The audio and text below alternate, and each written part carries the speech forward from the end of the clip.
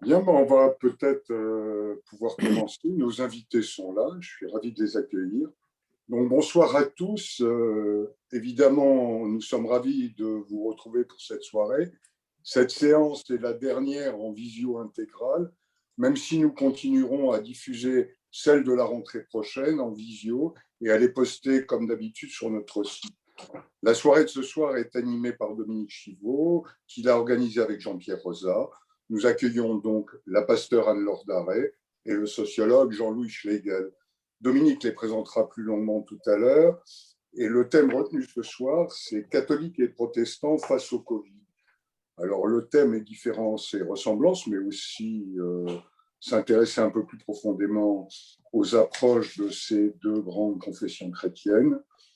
Je cède immédiatement la parole à Dominique Chivot, qui va animer cette soirée. Dominique Chivot, je te donne la main. Voilà. Bonsoir, est-ce que tout le monde m'entend? Oui. Tout le monde m'entend. Alors, un petit rappel technique. Comme vous savez, il peut y avoir des perturbations quand il y a des personnes qui oublient de couper leur micro, donc je vais faire en sorte de veiller à cette discipline. Mais s'il vous plaît, donc pendant le temps d'intervention de nos invités, coupez vos micros s'ils ne sont pas coupés et vous aurez le loisir, bien entendu, d'intervenir après les deux interventions. Deuxièmement, c'est pas un chat, donc c'est vraiment une rencontre de débat et d'échange. Donc, économiser les textes écrits dans la petite fenêtre de discussion parce qu'on n'a pas le temps de lire tout ça et c'est pas forcément le meilleur choix. Il vaut mieux être à l'écoute de nos intervenants. Voilà pour le petit rappel technique. Merci donc François Hennenwein. Moi je suis donc Dominique Chivot, je fais également partie de cette association Confrontation. Je dis ça pour ceux qui viennent ce soir pour la première fois et je me remémorais la fable de La Fontaine sur les animaux malades de la peste quand il disait qu'ils ne mourraient pas tous mais tous étaient frappés. Je pensais à ça parce que nous savons que durant cette pandémie, nous avons vu autour de nous, bien entendu, des malheurs, des souffrances, des tas d'inquiétudes, des peurs.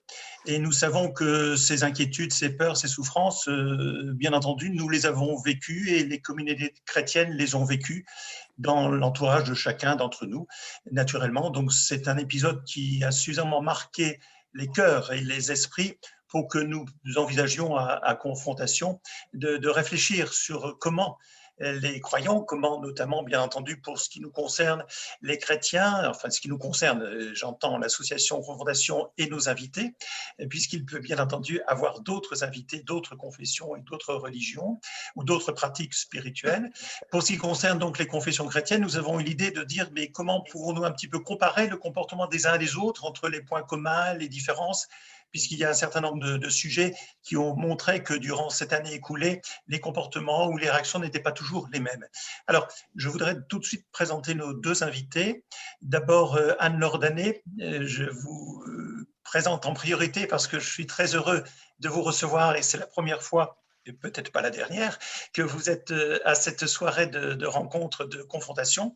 Donc, Anne-Laure Darret est pasteur de l'Église luthérienne réformée. Elle est responsable des relations avec les églises chrétiennes au sein de la Fédération protestante de France. Elle est également co-secrétaire du Conseil des églises chrétiennes. Alors donc, ce qui fait que comme vous êtes nouvelle, Anne-Laure Darret, s'il vous plaît, coupez vos micros, merci bien. Anne-Laure Darret, comme vous êtes nouvelle invitée, je me permets de rappeler quelques petits traits de votre parcours, puisque vous avez connu une enfance à Lyon, un pasteur qui exerçait son ministère à Lyon. Vous avez commencé des études de musique, et je crois savoir de la flûte à bec, avant de basculer dans les études théologiques, et qui vous ont amené, bien entendu, un bagage important, au point d'être, pendant de nombreuses années, responsable des formations de pasteurs. Et puis après, au cours également de nombreuses années, de voyager à travers le monde pour une mission, pour des pratiques de mission. Voilà, vous êtes donc, je l'ai dit, en charge à l'heure actuelle de ces relations avec les églises chrétiennes et vous avez collaboré à diverses publications, donc notamment Non, mais il faudrait que Dominique, il faudrait que ce soit toi, Ouais. en tant qu'animateur, qui coupe les micros des autres. Oui, alors je le fais. Je le fais. Je le fais tout de suite. Hein. Alors, couper les micros.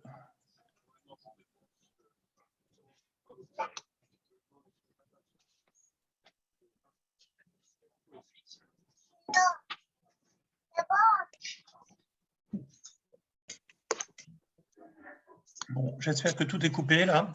Bon, sinon Non, François. pas du tout. Tout le monde n'est pas coupé. Charles Marty, Jean-Marc, Marie Assoc, Elisabeth, Geneviève, tout ça, il ne s'est pas coupé. Alors, chez moi, sur le tableau, c'est coupé. Alors, muez tous. Voilà, ça doit être bon. Les là, caméras sont coupées, mais pas les micros. Je crois que les micros sont coupés là. Muez tous. On est d'accord? Je pense. Hein. Vous m'entendez? D'accord. Non, certainement pas. Ah, bah alors, attendez, écoutez, moi, j'ai mué tous. Ça y est, c'est fait. C'est bon là? Bon.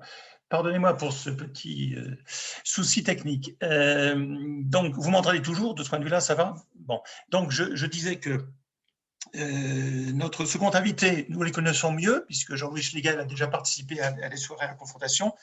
C'est un sociologue, notamment, bien entendu, sociologue des religions. Il est membre du comité de rédaction de la revue Esprit, qu'il a par ailleurs dirigé dans le passé.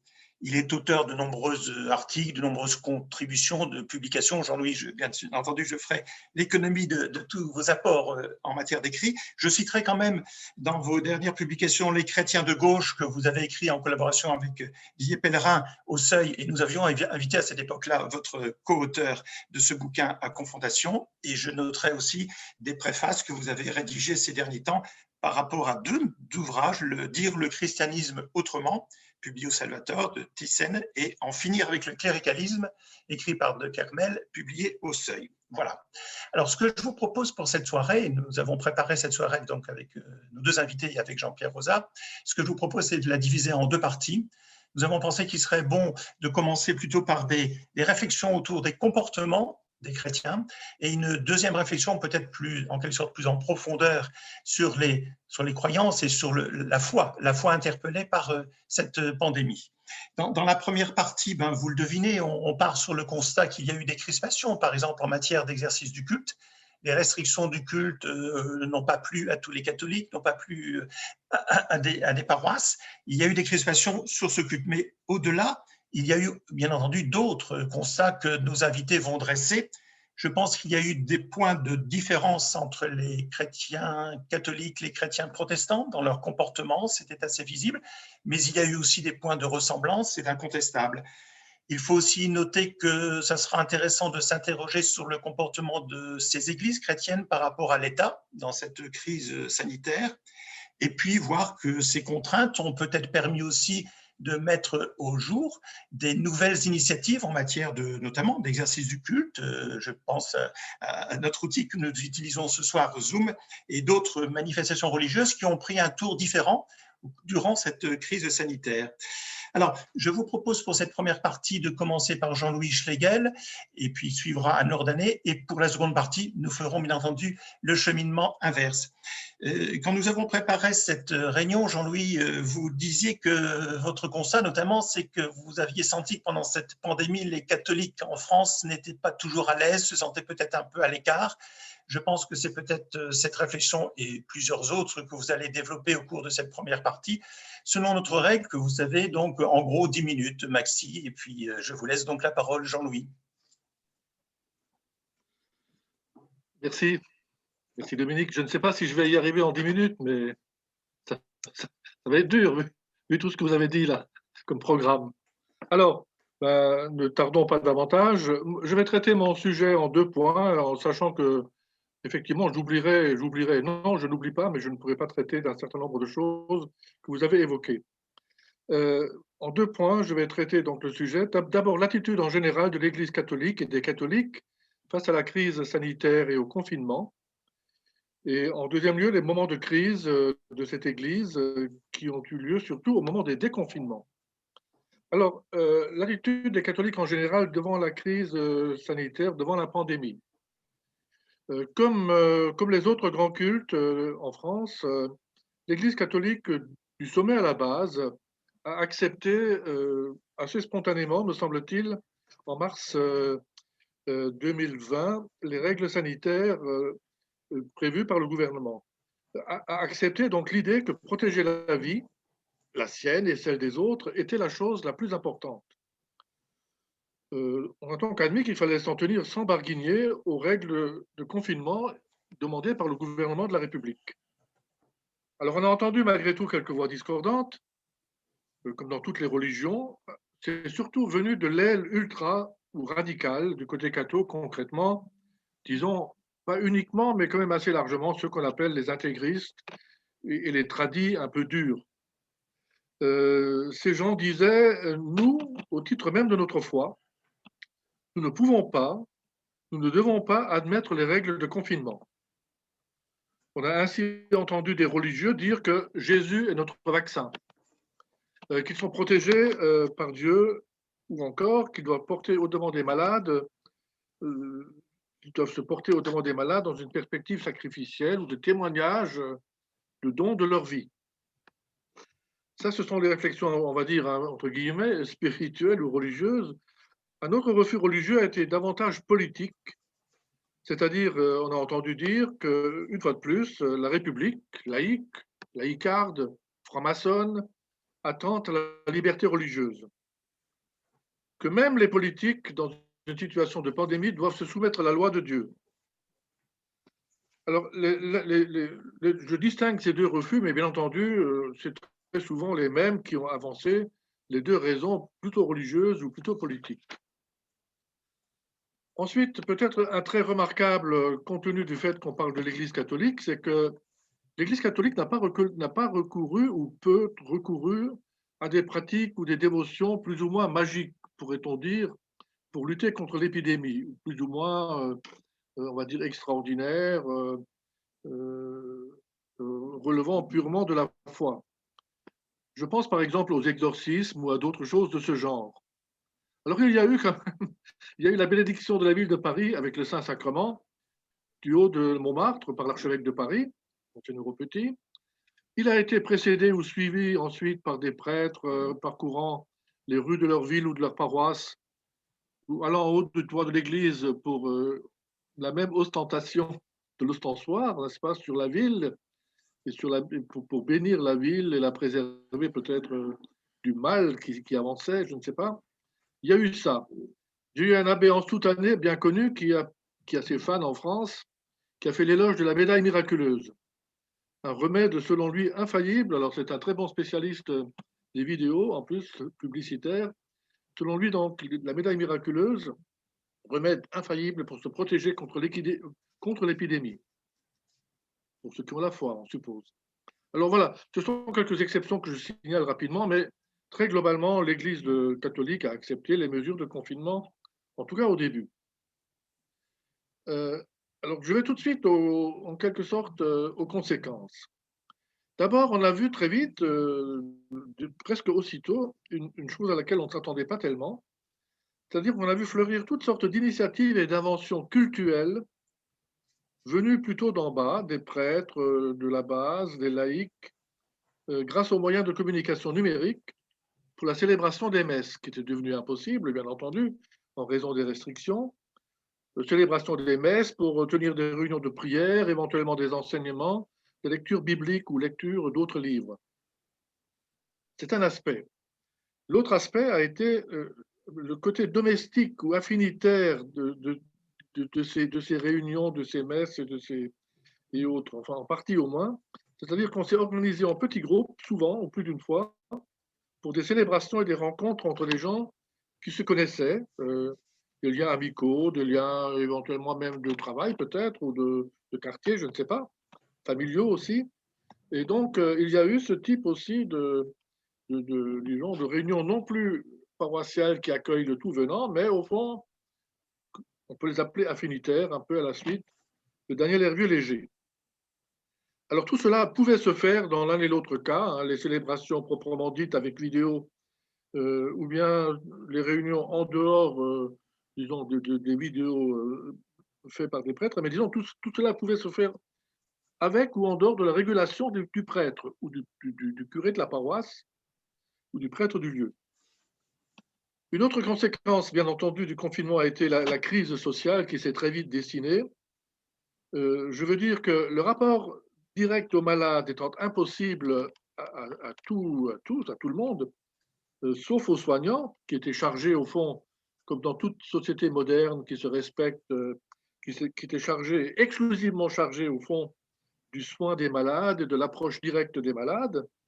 Donc, il y a eu malgré tout le sentiment de toutes sortes de vulnérabilité dans les lieux, dans les paroisses, dans les communautés, dans les quartiers, des vulnérabilités liées à la pandémie, des inégalités nouvelles dont on a parlé très vite, qui étaient ceux qui se creusaient, des solitudes évidemment de toutes sortes de personnes, vieilles ou jeunes, enfin, entre deux bien sûr, des difficultés pour s'alimenter, pour manger aussi, tout ça. Et donc il y a eu des solidarités assurées.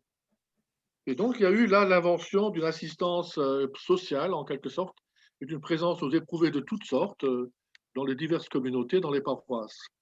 Tout cela a existé, a été relayé en partie par les médias catholiques, mais au-delà, il faut bien le dire que l'écho a été très faible. C'est une différence par rapport aux épidémies précédentes, où notamment des membres des laïcs, bien entendu, bien enracinés dans la foi, des prêtres, des évêques, même des cardinaux, se sont portés au secours des malades, ne serait-ce que parce que l'Église était au fond en charge d'une partie, ou même en des siècles plus anciens encore, de la charité et de la santé publique et de la santé dans l'État, des problèmes sanitaires et de l'accueil des malades et des mourants. Les prêtres privés de culte ont pu certainement jouer un rôle dans cette organisation de la solidarité. Ils ont aussi gardé, en particulier, ils ont pu jouer un petit rôle, ou un grand rôle au fond, parce que je dis petit en quantité, mais très important en lui-même par le sens qu'il avait. Ils ont joué un rôle cultuel et pastoral important lors de funérailles, à la fois pour la célébration des funérailles, où l'assistance était très réduite, et souvent directement au cimetière, vu les règles de confinement au début, et puis aussi, ils ont joué un rôle de présence auprès des familles éprouvées, qui n'avaient pas pu être présentes auprès des mourants, et là, il y a eu beaucoup de témoignages rapportés de la souffrance des proches, des mourants et des morts qui ont été vécus à ce moment-là dans cette première phase. Donc, s'ils ont été privés de leur fonction cultuelle habituelle, nombre de prêtres, de pasteurs aussi probablement, de rabbins et d'imams, ont sans doute été davantage sollicités dans les situations de détresse et d'angoisse créées par la pandémie et le confinement pour assurer le rôle difficile d'une parole qui met des mots d'espérance et donne un sens à la douleur éprouvée.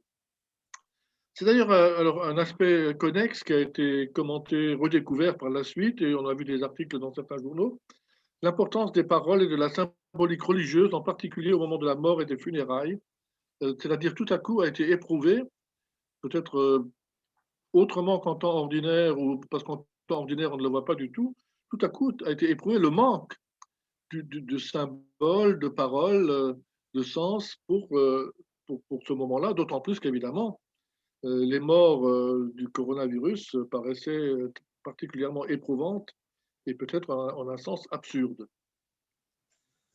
Mais très vite aussi, l'Église catholique a vu surgir, alors ça c'est dans les tout premiers temps du confinement, des questions ont surgi autour du culte, de la messe, du rôle respectif des prêtres et des laïcs. Dans un premier temps, ça peut se vérifier hein, si on suit ce qui s'est dit et fait en ce temps-là, l'inventivité du côté d'Internet et du côté domestique a été saluée par l'épiscopat, qui trouvait cela très bien. Mais assez rapidement, on a vu s'exprimer des inquiétudes des catholiques, en particulier des catholiques plus ou moins critiques, autour de la symbolique du prêtre célébrant seul dans une église vide, un prêtre seul qui était perçu, enfin, et puis c'est une mise en scène qui était perçue dans sa symbolique comme symbolique de l'état général de l'Église aujourd'hui. L'usage massif des moyens audiovisuels a aussi fait découvrir, au fond, en ce sens-là, la vraie situation du culte catholique aujourd'hui, c'est-à-dire la centration excessive ou extrême autour de la messe, de l'Eucharistie, et du prêtre qui la célèbre. et qui peut célébrer tout seul, soi-disant, sans assemblée. Des questions théologiques inédites sont alors apparues, ont été posées.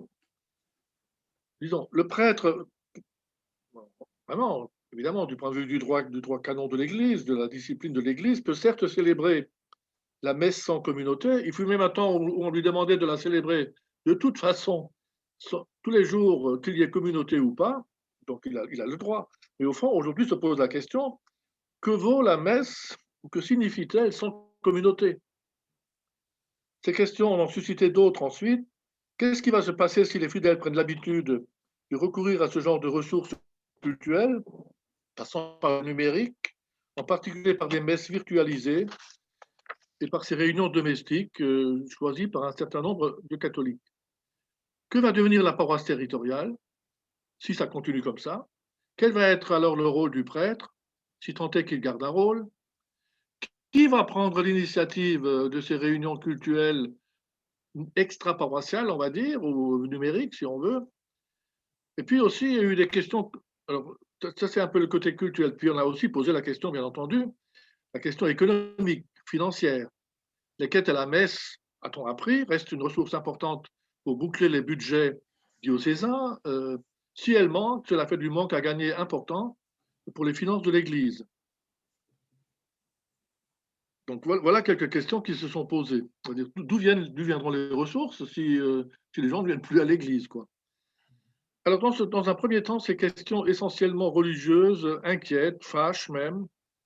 Par exemple, on a posé la question très vite, est-ce que ces messes virtuelles n'accentueraient pas le cléricalisme ou la cléricalisation catholique qui faisait déjà l'objet de nombreuses critiques auparavant, toutes ces dernières années? Cela pourrait créer en effet un précédent dangereux pour l'avenir, c'est-à-dire d'un côté, les prêtres de plus en plus rares ne vont-ils pas utiliser habituellement et avantageusement la vidéo pour la messe et les actes liturgiques? On va dire, ben voilà, le problème du nombre de prêtres est réglé, on va utiliser la vidéo. D'autre part, les laïcs ne seraient-ils pas empêchés d'inventer des formes nouvelles de liturgie domestique, de célébrations familiales, des lectures de la Bible en groupe ou d'autres actes encore, et peut-être même, alors j'évoque volontairement, n'est-ce pas, cette idée scandaleuse, est-ce qu'on ne va pas célébrer les Eucharisties sans prêtre? Est-ce qu'on ne pourrait pas le faire après tout, vu la misère actuelle du recrutement? Dans un article pour Esprit que j'avais fini le 10 avril, donc vous voyez, c'était à peine 3 semaines après le début du confinement, le 10 avril 2020, je citais déjà, je trouvais une citation, enfin une observation d'une catholique québécoise très critique qui disait ceci: les croyants sont déjà spectateurs dans les églises. Doivent-ils l'être en plus dans l'espace numérique? Cette situation donne à voir un cléricalisme spectacle qui montre encore à quel point les fidèles sont passifs, non participatifs et peu formés dans la foi. C'est pourtant ce que le Concile Vatican II voulait transformer. Alors pour cette Québécoise, l'Église se montrerait par la grâce du virtuel, je la cite encore, elle se montre sans phare, comme on pensait ne plus la voir, blanche, mâle et sacerdotale. Partout, le sacramentel se donne en spectacle. Majoritairement, des prêtres filment leur messe privée en l'offrant à leurs contacts sur Facebook. Tout ça est peut-être un peu excessif, mais très très vite, ce genre de question a surgi. Alors, j'en viens maintenant très rapidement aux crises du déconfinement. Jean-Louis, vous pouvez aller un petit peu plus rapidement, ça serait sympa, pour qu'on tienne le chrono. Je sais que je suis trop long. Non, mais alors, effectivement, je vais essayer de résumer, même si peut-être par certains côtés, c'était peut-être le plus important. Il faudrait parler des deux déconfinements, celui de mai 2020 et celui de novembre 2020, n'est-ce pas, puisqu'il y a eu 2 confinements auparavant. Disons, l'intérêt de la relecture des déconfinements pour l'Église catholique, c'est plutôt de souligner la crise politique ou la crise politico-religieuse très spécifique qui s'est dessinée autour de la messe. Autour de la messe, parce que, comme vous vous souvenez, le 11 mai 2020, donc jour du déconfinement, on espérait que la messe ferait partie du lot des choses déconfinées ou des réunions possibles. Eh bien non, elle ne faisait pas partie des biens essentiels selon la décision du gouvernement, et donc le retour au lieu du culte n'était autorisé que pour Non, 10 minutes. je suis dans un travail là. Il faudrait encore fermer le micro de Francine Dubus. Alors, Francine Dubus. Ah. Voilà. Alors, donc ce nom essentiel a été ressenti par un certain nombre de catholiques comme une humiliation, en quelque sorte, par certains évêques et par certains laïcs. Et alors, finalement, au nom de la liberté du culte inscrite dans la loi, les laïcs tradis ont déposé un recours devant le Conseil d'État qui leur a donné raison. Et donc, vous vous souvenez, disons, un peu avant la Pentecôte, et, disons, avec une régulation stricte, évidemment, du côté disons, de la participation des églises, le Conseil d'État a jugé que la mesure gouvernementale était disproportionnée, et donc voilà, la messe a été rendue de nouveau possible.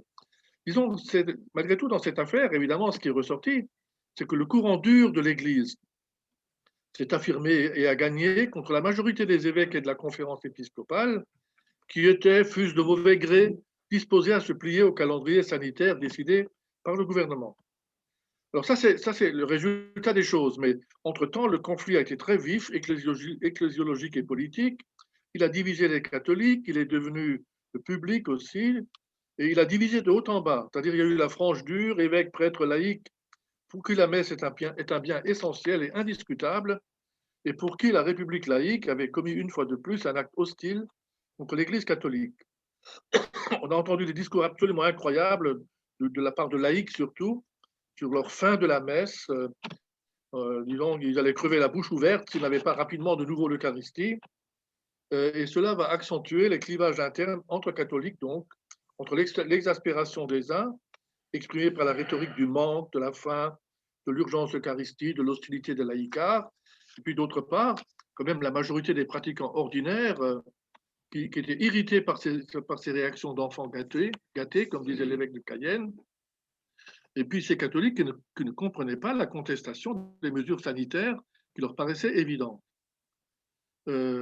Alors en fait, bon, ce débat sur la messe est à l'évidence aussi un résultat de la place centrale donnée depuis plusieurs décennies à l'Eucharistie, avec un discours considérable avant la pandémie sur la présence réelle pendant la messe, l'Eucharistie, sur l'adoration du Saint-Sacrement, sur la sacralité réaccentuée de ce rite du côté du clergé. D'ailleurs, justement, ce discours revenait aussi à réaffirmer, à assurer la place centrale, sacrale du prêtre, alors même que le recrutement est déliquescent. C'est un paradoxe de la situation. On a eu aussi droit à des réflexions théologiques sur la spécificité absolue de la messe catholique par rapport aux actes cultuels des autres confessions. Par exemple, il y a des auteurs sur les réseaux sociaux qui assignaient à la messe une profondeur métaphysique incomparable, l'entrée dans un mystère infini, une dimension sans commune mesure, selon eux, avec la prière des autres.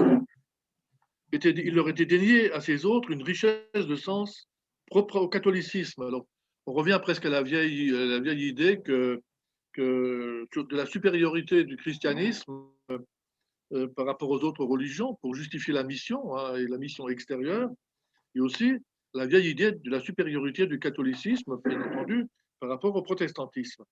Bon, ce sont les positions des durs, hein, je ne veux pas les exagérer, mais en même temps, au fond, ça a créé quand même une sorte de scission assez forte dans l'Église catholique, me semble-t-il, autour de l'Eucharistie, de façon disons, de façon certainement très inattendue au départ. Alors, je ne reviens pas sur le deuxième déconfinement. Vous savez, il y a eu beaucoup de luttes encore. Finalement, les tradis ont été déboutés au début quand même, mais à la fin, donc, il y a eu l'autorisation du gouvernement et du Conseil d'État, l'autorisation d'abord que 30 personnes puissent assister. Alors, il y a eu de hauts cris parce qu'on a dit, mais si c'est calculé par nombre de personnes, c'est absolument ridicule de mettre 30 personnes dans une chapelle qui peut en contenir 80 et puis dans une cathédrale qui peut en contenir de 1800. Quoi. Enfin voilà, le gouvernement a tenu compte de cette absurdité ensuite et l'a réparée. Enfin, disons, tout ça a créé quand même un climat assez étrange, assez agité dans l'Église catholique autour du culte, quoi, très, très précisément, et en en reposant au fond ou en posant de nouveau des questions de fond sur qu'est-ce qu'on fait au fond, quel est le culte de l'Église catholique aujourd'hui, qui le fait, où va-t-on de toute façon dans la mesure où les prêtres vont se raréfier de plus en plus. Voilà, donc pour moi, disons, une des conclusions en tout cas du Covid dans l'Église catholique, c'est au fond de creuser une ligne de fracture qui était déjà là, qui était en tout cas, qui était déjà là, mais moins visible, ou pas encore visible, c'est-à-dire entre des catholiques observants de plus en plus conservateurs, qui risquent de former quand même le noyau central de l'Église si ça continue comme ça, parce que les autres, effectivement, on a l'impression qu'ils sont beaucoup plus libres par rapport au culte. Ils pensent que le sacrement du frère, comme on dit parfois, c'est-à-dire l'aide ou l'assistance à autrui, est aussi un sacrement aussi important que le sacrement de l'Eucharistie lui-même, la fracture du pain. Et donc voilà, et qui risque dans la conjoncture actuelle de s'éloigner parce que tout simplement le nerf de la guerre pour la messe, c'est quand même de l'autre côté, du côté, disons, de la fraction tradie, conservatrice, observante de l'Église d'aujourd'hui. Voilà. Merci, Jean-Louis. Anne-Laure Danet, donc je vais vous donner la parole. Je ne vous incite pas à prendre exemple sur Jean-Louis Schlegel en matière de temps de parole parce qu'il a été un petit peu plus gourmand sur le temps défini au préalable. Mais bon, on va rattraper tout ça.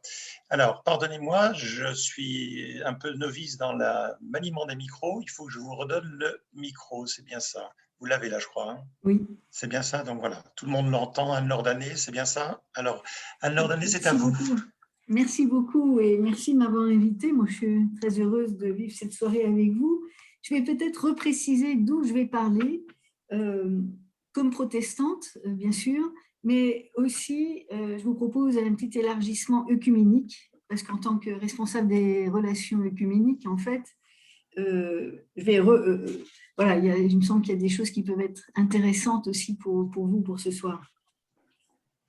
D'une façon générale, j'ai envie de dire que, me plaçant là sous un angle œcuménique, que cette crise sanitaire a été une sorte de révélateur, car après la sidération, puis une certaine prise de conscience de l'ampleur de la crise, et notamment le premier confinement en a marqué une étape, on a d'abord assisté à des replis confessionnels. Vous le savez, je vais me permettre aussi de dire un certain nombre de choses sur l'Église catholique, sur les églises orthodoxes et évidemment le protestantisme. Je ne demande pas d'être d'accord avec tout ce que je dis, c'est mes analyses du poste d'où je suis. Hein. Mais ce qu'on constate, hein, c'est que les différentes confessions chrétiennes, pour ne parler que d'elles, parce qu'il y a eu un volet interreligieux dans cette crise, toutes ces confessions chrétiennes vivaient, comme Jean-Louis l'a rappelé à l'instant, toutes des crises internes et qui étaient visibles plus ou moins. Et la crise sanitaire a accentué ces crises internes, en a révélé d'autres. Et du coup, il y a eu une accumulation, on pourrait dire ça comme ça. Pour le préciser, du côté orthodoxe, vous savez qu'il y a eu donc cette crise entre le patriarcat de Moscou et le patriarcat de Constantinople, suite à l'autocéphalie accordée à l'Église d'Ukraine, qui a provoqué carrément un schisme. Et il faut voir que dans l'orthodoxie, c'est parler de schisme, c'est grave. Hein. C'est pas encore rétabli. C'est pas du tout rétabli, mais voilà, pour vous dire que là, ça a été difficile. Du côté catholique, ben, vous le savez, hein, il y a cette crise tout autour des abus sexuels. Il y a aussi des tensions doctrinales qui sont latentes et qui courent là, depuis un certain nombre de temps. Le synode de l'Amazonie en a révélé quelques-unes, etc. Là, je ne m'étale pas là-dessus. Et du côté du protestantisme, par sa diversité, court toujours le risque de l'émiettement. Et vous savez aussi qu'il y a une multiplication d'églises indépendantes de type néo-pentecôtiste qui fleurissent de plus en plus en France et qui interrogent évidemment le protestantisme à la fois sur le champ doctrinal et même de son lien tout court avec le protestantisme. Pourquoi je fais ce détour? Parce que ces tensions internes ont accentué une ambiguïté et une contradiction à laquelle toutes les confessions ont à faire face et on est tous tombés dans le piège, c'est-à-dire c'est se lier sans perdre son identité. Et il faut bien reconnaître qu'au début de la crise sanitaire, avec le premier confinement notamment, c'est l'identité convictionnelle qui a prévalu sur l'identité interconfessionnelle, et laissant libre cours au chacun pour soi et même à la concurrence. Jean-Louis en a parlé du côté catholique, mais moi je peux le dire pour toutes les autres confessions. On a vu se développer l'idée de faire sa célébration sur sa chaîne, rechercher le plus grand nombre de vues, c'est-à-dire il y a toujours eu l'idée de la tentation de se faire un nom, et personne n'a échappé à ça, quoi. Donc cette espèce d'individualisme-là qui a vraiment prévalu dans cette période. Mais en même temps, il y a eu des élans de solidarité pérennes qui se sont mis en place. Et ces élans, ils sont venus des aumôniers. Alors là, je fais aussi encore une petite ouverture. C'est les aumôneries de toutes les religions. Ça n'a pas été réservé aux chrétiens. Les juifs, les musulmans, les bouddhistes sont alertés de la même manière. Pourquoi? Parce qu'ils se sont, avec le confinement, ils ont été exclus des lieux où ils interviennent normalement, comme s'ils ne faisaient pas partie du personnel, et notamment dans les hôpitaux. Toute petite exception pour les soins palliatifs. Là, il y avait des ouvertures qui se faisaient. Bon. Mais du coup, il y a eu un travail qui s'est fait au niveau national et en lien avec le gouvernement, et c'est le Conseil représentatif des cultes en France, donc, qui rassemble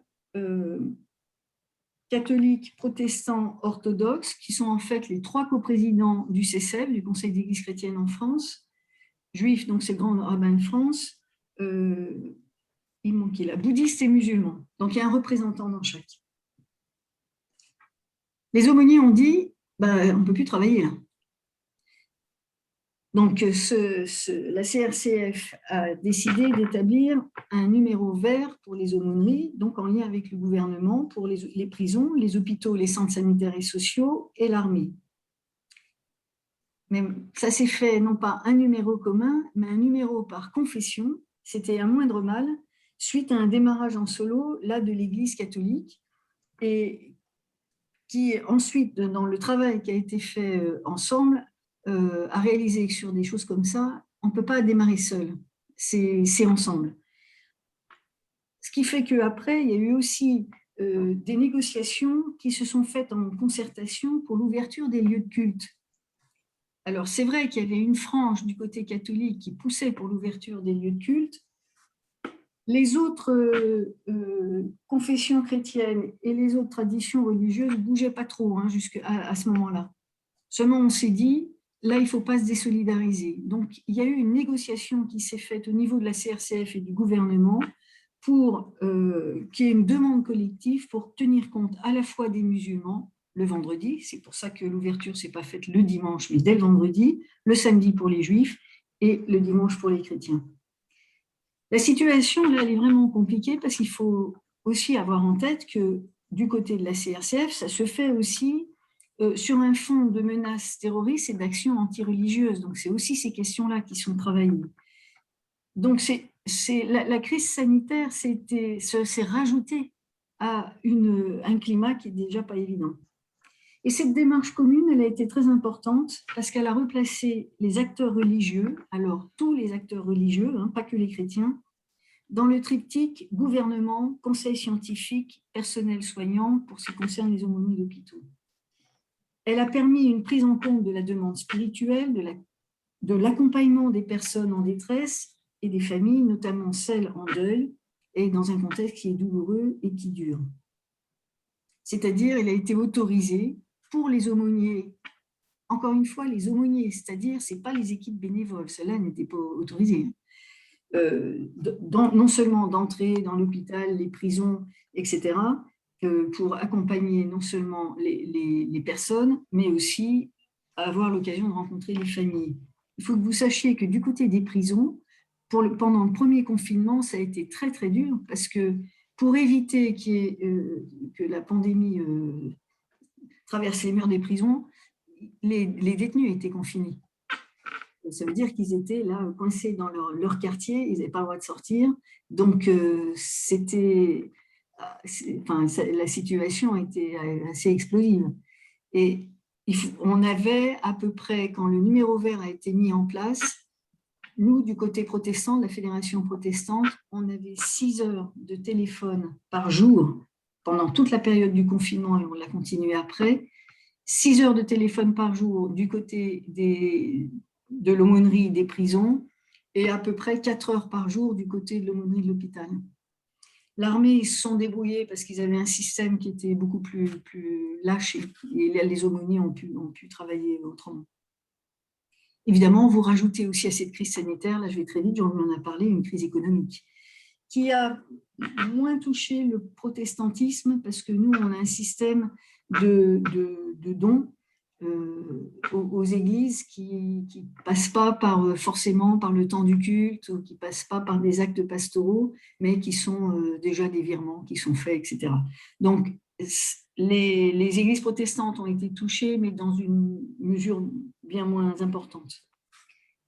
Au niveau national, il y a une solidarité inter-ecclésiale renforcée qui a été organisée, et ça, il faut le souligner. Parce que c'est la crise qui a provoqué ça, c'est le confinement qui a provoqué ça. Donc là, j'essaie de mettre aussi en valeur les belles choses qui se sont passées. Le Conseil d'Église chrétienne en France a préparé un message spécial à Pâques avec une vidéo des 3 coprésidents de ce CCF. C'était aussi une occasion pour eux, pour nous, l'équipe du CCF, de réfléchir justement à quel message d'espérance donner dans une situation comme ça. Donc, c'était aussi un travail théologique entre nous. Voilà, il ne s'agissait pas de se payer de mots, mais dans un texte court, donc sous forme de vidéo, que dire? Je vais revenir sur cette question qui est vraiment importante un petit peu plus loin.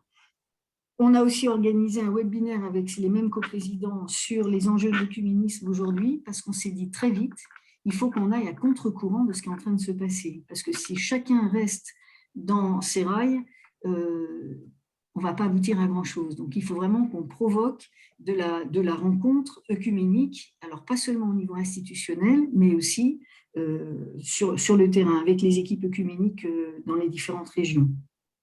Et puis, on a développé aussi des outils pour les paroisses pour aider, alors je ne vais pas tout détailler, mais qui concerne un peu tout ce qui fait la vie de l'Église, autant pour la lecture biblique, la prière, etc.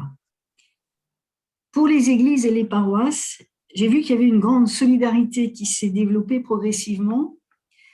Alors, dans le protestantisme, c'était pour permettre aux paroissiens de suivre les cultes, et notamment les personnes âgées. Donc, on a organisé un système d'apprentissage à l'utilisation de ces outils numériques. Il y a eu beaucoup de choses qui se sont faites aussi par téléphone, là c'était plus facile. Alors ça, c'est aussi peut-être dans un certain protestantisme une habitude, mais il y a eu des chaînes de prière qui se sont organisées.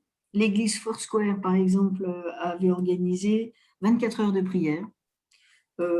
D'autres ont fait ça, alors des chaînes de prière où il s'agissait dans le protestantisme, on a la liste des paroissiens, hein, c'est comme ça que ça marche, parce que nos églises ne sont pas très grandes.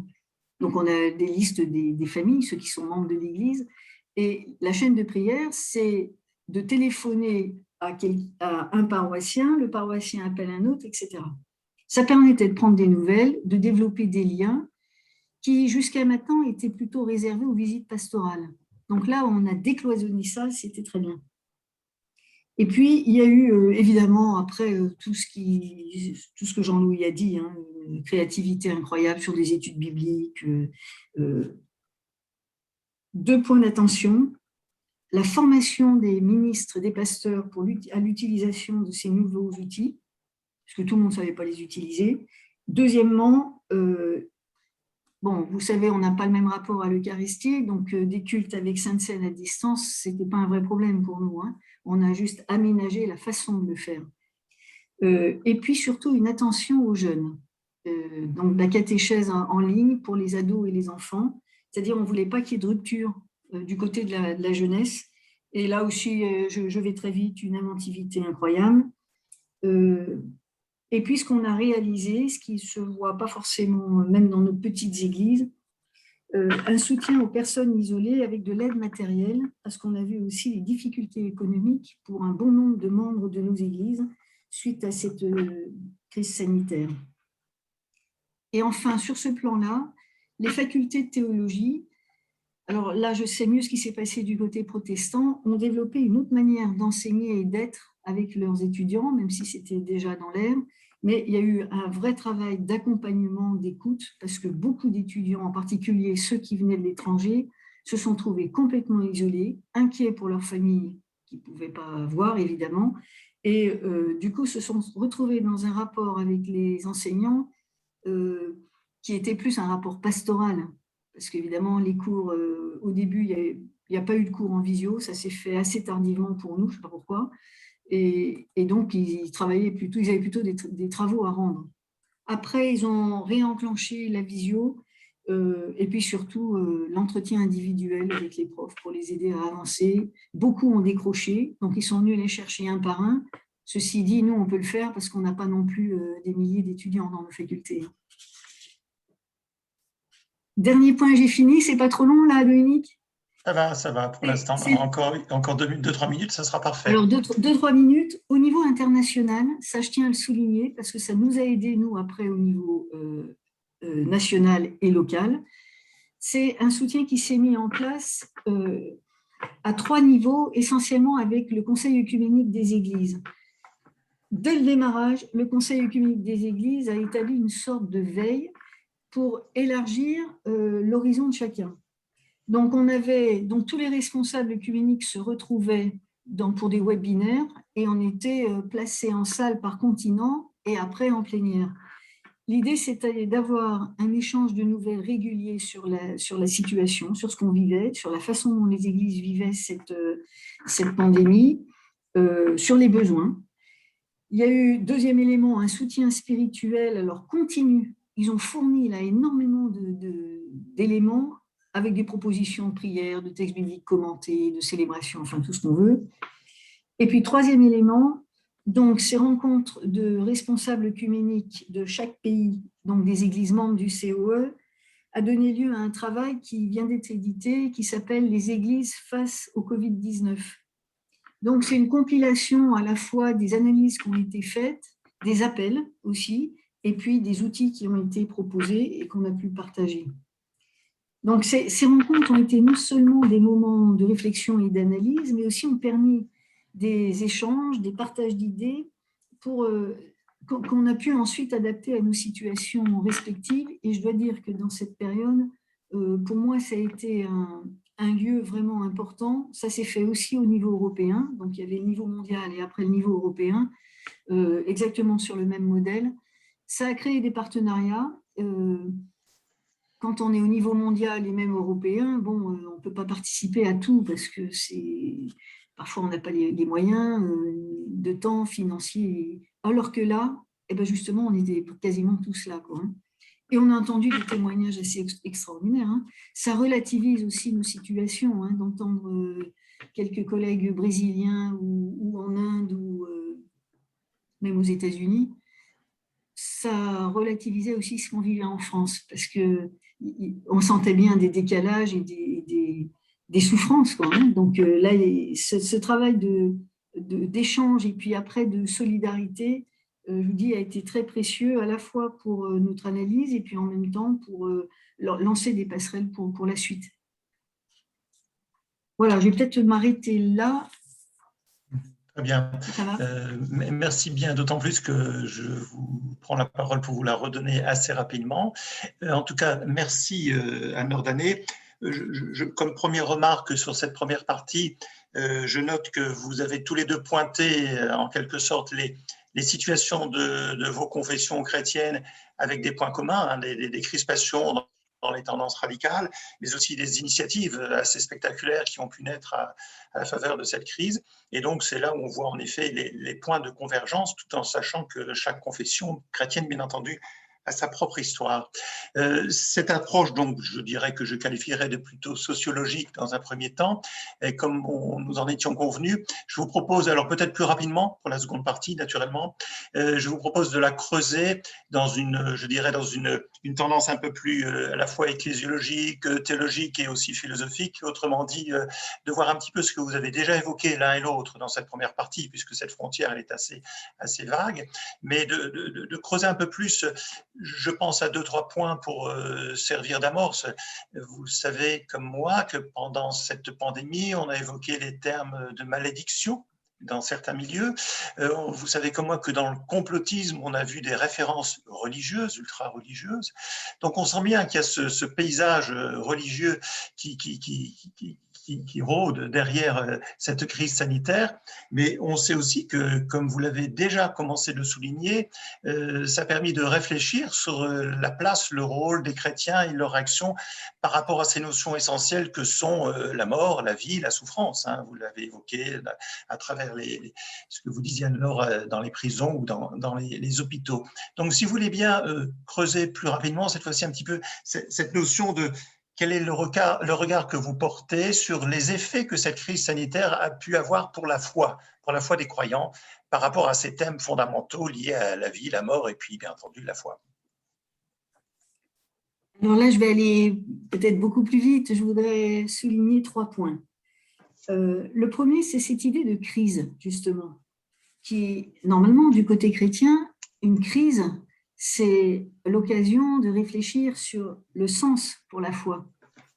Et la notion même de crise devait être l'instant critique qui débouche soit sur un nouveau départ, soit sur une dislocation complète.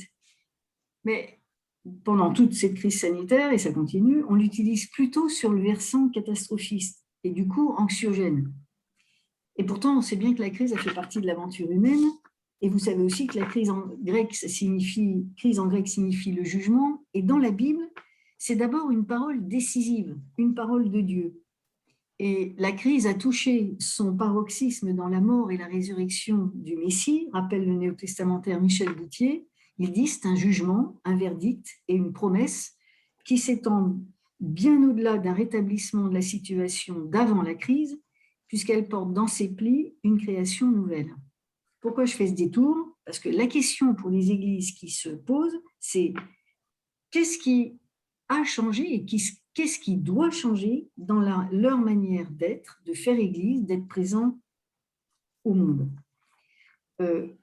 Pourquoi je dis ça? C'est parce que les cultes en distanciel ont conduit à une recomposition des églises. Pourquoi? Parce qu'on voit très bien, nous, aujourd'hui, alors là, je le dis pour toutes les confessions chrétiennes, que les gens ne sont pas tous revenus, les paroissiens ne sont pas tous revenus. Ils se sont habitués à cette forme. Il faut dire que là, on continue à faire du mixte pour la plupart de nos églises. Il y a aussi une nouvelle modalité de spiritualité qui est apparue et un déplacement aussi vers d'autres églises. C'est facile de cliquer, donc c'est bien aussi d'aller voir ce qui se passe chez le voisin. Donc, vous voyez aussi là ce que ça veut dire. Il y a une espèce de porosité qui s'est installée. Et c'est le revers, c'est ce que je disais au tout début, c'est que les églises qui ont l'habitude de ce genre d'outils et qui savent faire de l'attractivité, par exemple, on a cette église pentecôtiste en région parisienne qui, quand même, tous les dimanches, fait plus de 100 000 vues par jour. C'est pas rien, par dimanche, pardon. 100 000 vues par dimanche, c'est pas rien. Ça, du coup, ça pose aussi la question théologique, c'est la question de cette présence-absence et le sens même de la communauté là qui est touchée. On n'en est qu'au début, mais je suis sûre que c'est un sujet qu'on sera amené à retravailler et moi j'espère qu'on le fera œcuméniquement. Deuxième élément que je voudrais souligner, c'est quand même on a assisté à la faiblesse de la démarche interconfessionnelle, interdénominationnelle au profit du convictionnel. Et ça en soi, c'est vraiment un danger, le danger d'émiettement qui touche toutes les confessions. Pourquoi? Parce que dans ce cas-là, le message ne passe plus parce qu'il est émietté et il ne devient plus audible ni crédible. Et en même temps, de l'autre côté, j'ai envie de dire qu'il y a aussi le risque d'une certaine illusion par le nombre. Ce n'est pas parce qu'on est nombreux qu'on est plus fort. Et il y a toujours cette tentation de vouloir exister par soi-même, tentation qui est totalement mortifère. Mais en même temps, dans cette faiblesse, j'allais dire, du chacun pour soi, il y a eu ces kairos œcuméniques, c'est-à-dire ce temps opportun où on a pu aller à contre-courant pour faire naître des solidarités fortes qui ne sont pas toujours, dont on ne fait pas un écho forcément très fort, mais qui existent. et qui permettent aussi de combattre ce chacun pour soi. On n'en est qu'au début, parce que je vous assure que les réflexes identitaires, on les voit et ils sont bien accrochés quand même. Sur le plan théologique, je crois que cette crise, elle a mis en évidence en tout cas 4 thèmes que nous travaillons d'ailleurs avec les facultés de théologie. La vulnérabilité et la fragilité de l'être humain. Comme si la pandémie nous avait réouvert les yeux sur le fait que l'être humain est mortel, comme si on l'avait oublié. Mais avec la deuxième chose, c'est on a expérimenté le manque de pouvoir se rencontrer comme on voulait, le manque de pouvoir sortir comme on voulait. Et c'est rappelé un fondamental aussi de la théologie, c'est que l'être humain est un être de relation. Avec cette expression malheureuse qu'on a eue pendant cette crise sanitaire de distanciation sociale. Ça a été rectifié après. Une distanciation physique, ce n'est pas forcément une distanciation sociale, justement. Et donc, de travailler ce lien. Quel type de lien? Quelle est la relation juste? Et puis, alors là, de mon protestantisme, ce que je voudrais mettre en avant, ce troisième thème, c'est une compréhension de la grâce toujours et sans cesse à redécouvrir, c'est-à-dire la valeur unique de chaque être humain. Et ce qui continue à être choquant, et je ne sais pas si on peut faire autrement, mais c'est pour ça que les églises ont quelque chose à dire là, c'est cette valeur unique de chacun face aux chiffres. Quand on annonce un nombre de morts effroyable, ben malheureusement, on s'y habitue, c'est-à-dire là, on se réjouit parce qu'il n'y a plus que tant de morts, mais le chiffre reste effroyable, et même s'il n'y en avait qu'un. C'est-à-dire, c'est penser que derrière, c'est une personne, c'est une famille, ça va être une souffrance, etc., etc. Par rapport à ces chiffres qui sont secs. Cette grâce qui nous décentre de nous-mêmes et qui nous permet d'être dépréoccupés de nous-mêmes pour nous préoccuper des autres. Ça, c'est vraiment le message qu'on a à faire passer. Pour moi, c'est ça le rôle des églises. C'est-à-dire de pouvoir dire, mais ce ne sera audible que si on arrive à le dire ensemble. Et vous savez qu'on peut d'autant plus le dire ensemble qu'en 1999, il y a eu cette signature très importante de cet accord donc, entre l'Église catholique romaine et la Fédération luthérienne mondiale, qui a été suivie par le Conseil méthodiste mondial et le Conseil mondial des églises réformées, plus la communion anglicane, donc ça commence à faire du monde, où on s'est mis d'accord sur notre compréhension de la grâce et du salut. Et du coup, ça veut dire que ce que je viens de dire, on peut le proclamer ensemble. On n'est plus là dans des nuances qui étaient importantes, hein, puisque ça a été le point de rupture à la réforme. Mais on n'est plus dans ces points de divergence. Là, il y a un accord. Donc, c'est très important, ça. Et puis, dernier point, c'est une espérance qui est faite de persévérance et de solidarité. Vous savez, moi, j'ai eu la chance de participer au Forum chrétien mondial à Bogota il y a 3 ans. Et il y avait le témoignage du métropolite d'Alep, qui a dit, vous savez, nous, on parlait, nous, d'Europe, quoi, hein. On se préoccupait de la situation de ces chrétiens là-bas. Et on a eu cette expression malheureuse, je dis on, parce que franchement, collectivement, on avait tous la même, c'était de dire, mais voilà, on voudrait soutenir les églises persécutées. Et la réaction a été immédiate, c'est-à-dire ils nous ont dit, mais arrêtez de parler d'églises persécutées, nous sommes des églises de témoins. Vous savez qu'en grec, le mot martyr et puis témoin, c'est le même. Donc, il a joué sur ce mot-là, mais c'est une façon de dire, la façon dont on voit l'autre. Et ça aussi, ça m'a fait réfléchir sur la façon dont nous vivons cette crise. Pour nous, chrétiens, c'est aussi se dire, mais quelle est notre espérance? Notre espérance est éprouvée là, mais du coup, elle est faite de persévérance et de solidarité, parce que même si nous vivons des drames personnels, de deuil, tout ce qu'on voudra, même si notre vie est même en danger, bah, rien ne peut nous l'apprendre. Nous savons qu'elle est en Christ. Et dans cette perspective, je voudrais alors à nouveau ouvrir sur de l'international. Moi, je voudrais saluer aussi le plaidoyer incessant du Conseil œcuménique des Églises dès le début de la crise, hein, dès le début, pas seulement maintenant, pour une plus grande prise en compte des pays pauvres face à cette pandémie. Et ils ont, dès le début, quand il y a eu cette recherche pour les vaccins, ils disaient il faut aussi penser tout de suite et maintenant aux pays qui ne pourront pas faire de recherche de vaccins, comment est-ce qu'ils vont pouvoir être vaccinés.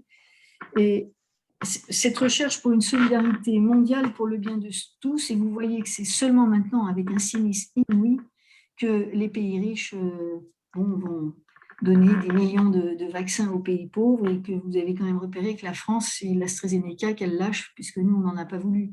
C'est incroyable, c'est déjà ça, vous me direz, mais je le dis avec une certaine amertume, parce que c'est tous ces témoignages de collègues que j'ai entendus au Conseil œcuménique des Églises, je vous assure que c'est émouvant, quoi, hein. Et puis on est là à se dire, bah oui.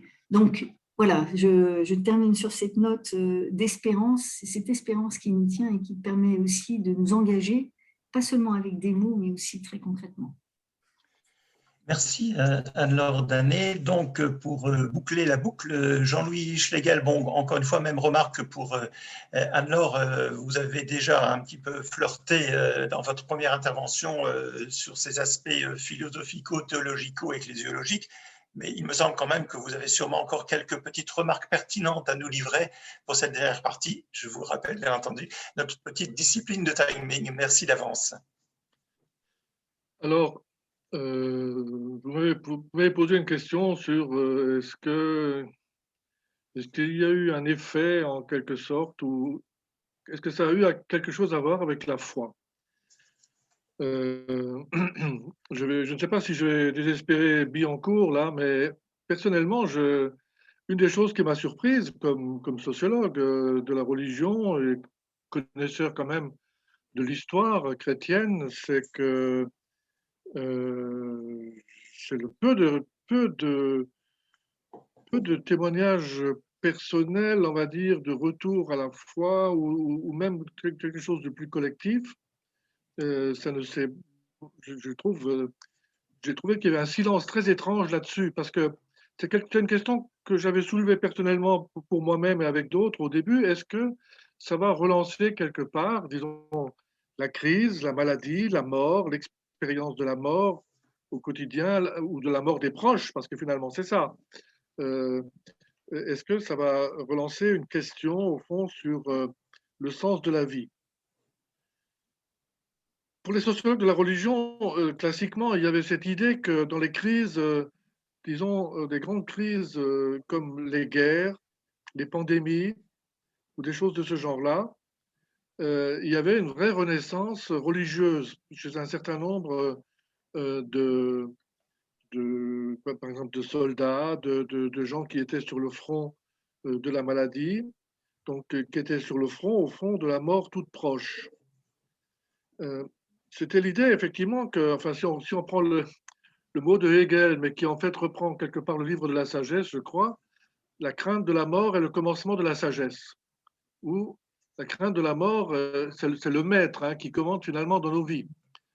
Mais il y a eu sûrement beaucoup de crainte de la mort, mais d'une certaine manière, la réaction a été plutôt courage, fuyons. C'est-à-dire, respectons les mesures de confinement, de protection que le gouvernement de la République nous demande, et puis le gouvernement de la République, bien entendu, conseillé par les spécialistes de la santé publique, de la santé tout court. Il y a eu plutôt cette réaction-là. Donc, au fond, personnellement, je trouve que je ne fais pas un bilan tellement positif.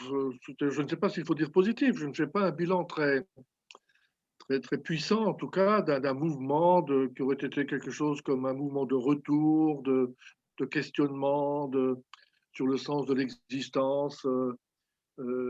Disons, en tout cas, je n'ai rien vu qui ait quelque allure de collectif ou quelque chose de ce genre-là.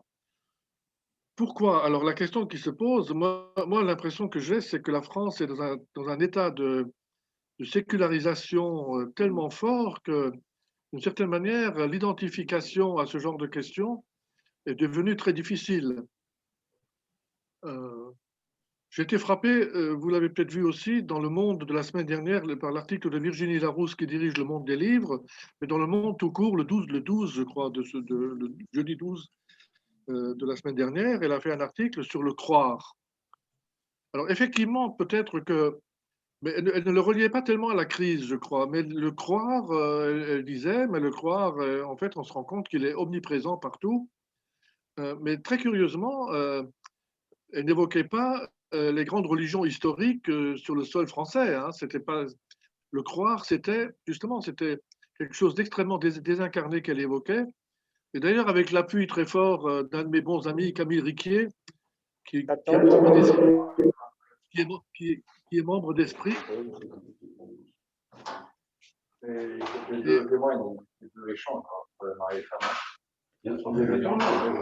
oui, non, ça, vraiment, il n'y a pas de souci. On t'attend pas? Et puis, il est dans un âge. Je voudrais éteindre Damien c'est bon, là Borot. Je Je voudrais éteindre le micro de Oui, Damien Borot. Je coupe. Ah oui, ça réfléchit beaucoup.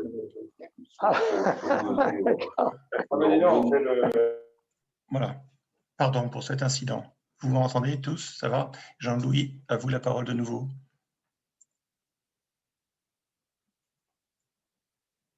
Ah, on ne vous entend pas, Jean-Louis? On ne vous entend pas.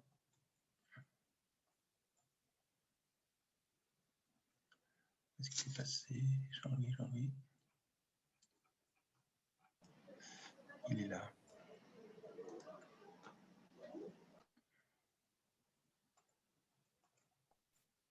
Le micro de Jean-Louis est coupé. Oui, je sais, je veille à le remettre. Voilà. C'est bon, là? C'est bon? Vous m'entendez, non? Oui, c'est bon, là. Oui. Ça va.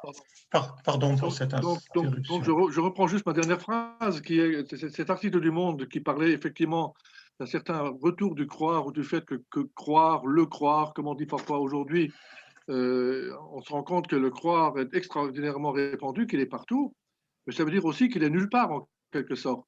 Et elle s'appuyait fortement sur le livre d'un de mes amis qui s'appelle Camille Riquier, qui est un jeune philosophe qui est alors d'ailleurs à la Cato de Paris, mais qui est aussi membre du comité de rédaction d'Esprit. Voilà. Bon. Et là, il y a du savon. Hein.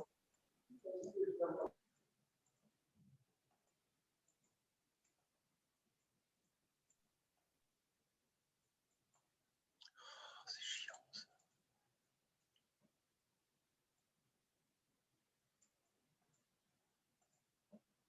Non ? C'est bon, là, c'est bon. Voilà. Donc, voilà, on a l'impression que c'est une société de toutes sortes de croyances, mais est-ce que c'est une société de la foi? C'est extrêmement problématique, je trouve. Je n'ai pas sûr du tout. En tout cas, je trouve qu'on n'a pas du tout assisté pendant cette crise jusqu'à présent. On aura peut-être des statistiques un peu plus loin, un peu plus dans quelques temps, ou des études, des monographies faites par des étudiants en théologie, peut-être, je ne sais pas, pour leur maîtrise. Mais pour l'instant, je n'ai pas vu une sorte d'activation profonde, disons, des questions essentielles et importantes autour de la vie, de la mort, etc. Alors, on a beaucoup parlé des souffrances, bien entendu, de la situation, en particulier de ceux qui ont vu mourir des proches. On a beaucoup pensé à tous ces moribonds qui, au moins dans un premier temps, dans les EHPAD en particulier, n'avaient pas, semble-t-il, quand même peu d'accompagnement. En tout cas, leur famille n'était pas là, etc., etc. Mais donc, si on pose la question un peu existentielle de ce que la crise du Covid aurait réactivé de ce côté-là, je reconnais que je suis un peu sceptique. Vous allez me trouver un peu optimiste, mais c'est pas exactement le problème, quoi. Hein. Je trouve il y a D'ailleurs, cette histoire de croyance, si vous voulez, quand on regarde ce qui s'est passé du côté de la science médicale, on a quand même assisté à un spectacle extraordinaire de scientifiques qui n'étaient pas du tout d'accord entre eux, chacun avançant des convictions éventuellement successives d'ailleurs, en tout cas différentes de celles des autres ou légèrement différentes. Alors pour ce qui est du complotisme, vous l'avez évoqué aussi, c'est vrai que le complotisme, d'après ce que j'ai vérifié moi, hein, du côté des cathos en particulier, peut-être aussi du côté évidemment de certains protestants, musulmans ou juifs, etc., le complotisme était quand même très fort, toujours du côté des mêmes, c'est-à-dire du côté des intégristes, des fondamentalistes, de ceux qui trouvaient que la loi de Dieu devait être supérieure à la loi des hommes dans toute cette affaire, et qui étaient prêts alors à croire eux-mêmes des choses absolument fantastiques, et puis d'autre part à faire croire à des milliers de gens, ou à d'autres gens, ou d'autres crédules, si on peut dire, un tas de choses qu'on pourrait dire que l'homme normalement constitué, ou la femme normalement constituée, bien sûr, n'aurait jamais dû accéder à des choses aussi bêtes et aussi crédules que celles qui ont été dites par un film, d'ailleurs, hein, par un film qui a eu un grand succès, dont l'un des principaux producteurs ou réalisateurs était un grand catho, comme par hasard de Versailles. Hein, alors, voilà, c'est un peu ça qu'on a vu, quoi. Hein, pour moi, il y a quelque chose de très étrange. Hein, c'est-à-dire, au début, je pensais vraiment que cette crise, non pas allait réanimer la foi, hein, de la foi catholique, chrétienne, protestante, etc., juive, mais je pensais qu'il y aurait un questionnement. Moi, je le dis très sincèrement, je suis déçu du manque de questionnement.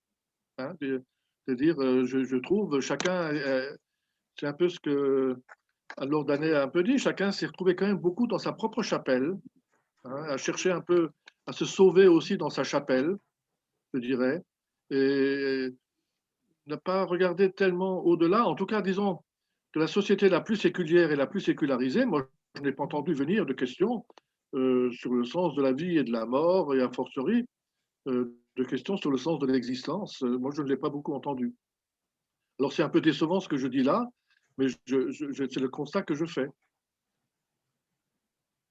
Mais j'ajoute tout de suite, vous avez peut-être d'autres expériences là-dessus. Moi, je vous dis, c'est un point que j'ai un peu observé quand même, et mon constat n'est pas vraiment très optimiste. Eh bien, écoutez, merci Jean-Louis Schlegel. Je vous propose d'en rester là pour Dominique, ce premier tour d'horizon. Est-ce que je peux encore dire une chose? Il y a aussi eu des cathos intellectuels de haut vol, hein, mais aussi, bon, disons-le, on va dire très marqués à droite, hein, qui ont fait des dégagements importants sur l'idée que la vie confinée ne valait pas le coup d'être vécue, hein, c'est-à-dire qui disait que la vie confinée était pas seulement un abus de pouvoir du politique ou de l'État sur les individus, c'était carrément une façon de les empêcher de vivre, hein, que c'est les mesures de confinement qui étaient la mort. Il y a même un livre qui est en train de sortir d'un jeune philosophe qui écrit régulièrement dans La Croix, qui dit presque texto que le confinement, c'est la mort du petit cheval, quoi. Le confinement empêche la vie, la vraie vie. Ou que, alors on a envie de lui dire, mais bon, vous préférez quoi, que vous préférez la mort des gens, hein, il aurait fallu ne pas se confiner. Là, vous avez difficilement une réponse. Mais bon, c'est quand même une vraie. C'est étrange, si vous voulez, que des cathos aient pu. Personnellement, j'ai toujours eu la ligne de conduite dès le départ qu'il fallait se protéger pour les autres, pour la vie des autres. C'est ça le sens de la protection. Le gouvernement l'a un peu dit dans ses campagnes, il ne l'a pas dit assez fort. Il faut se protéger pour les autres, parce que vous mettez leur vie en danger.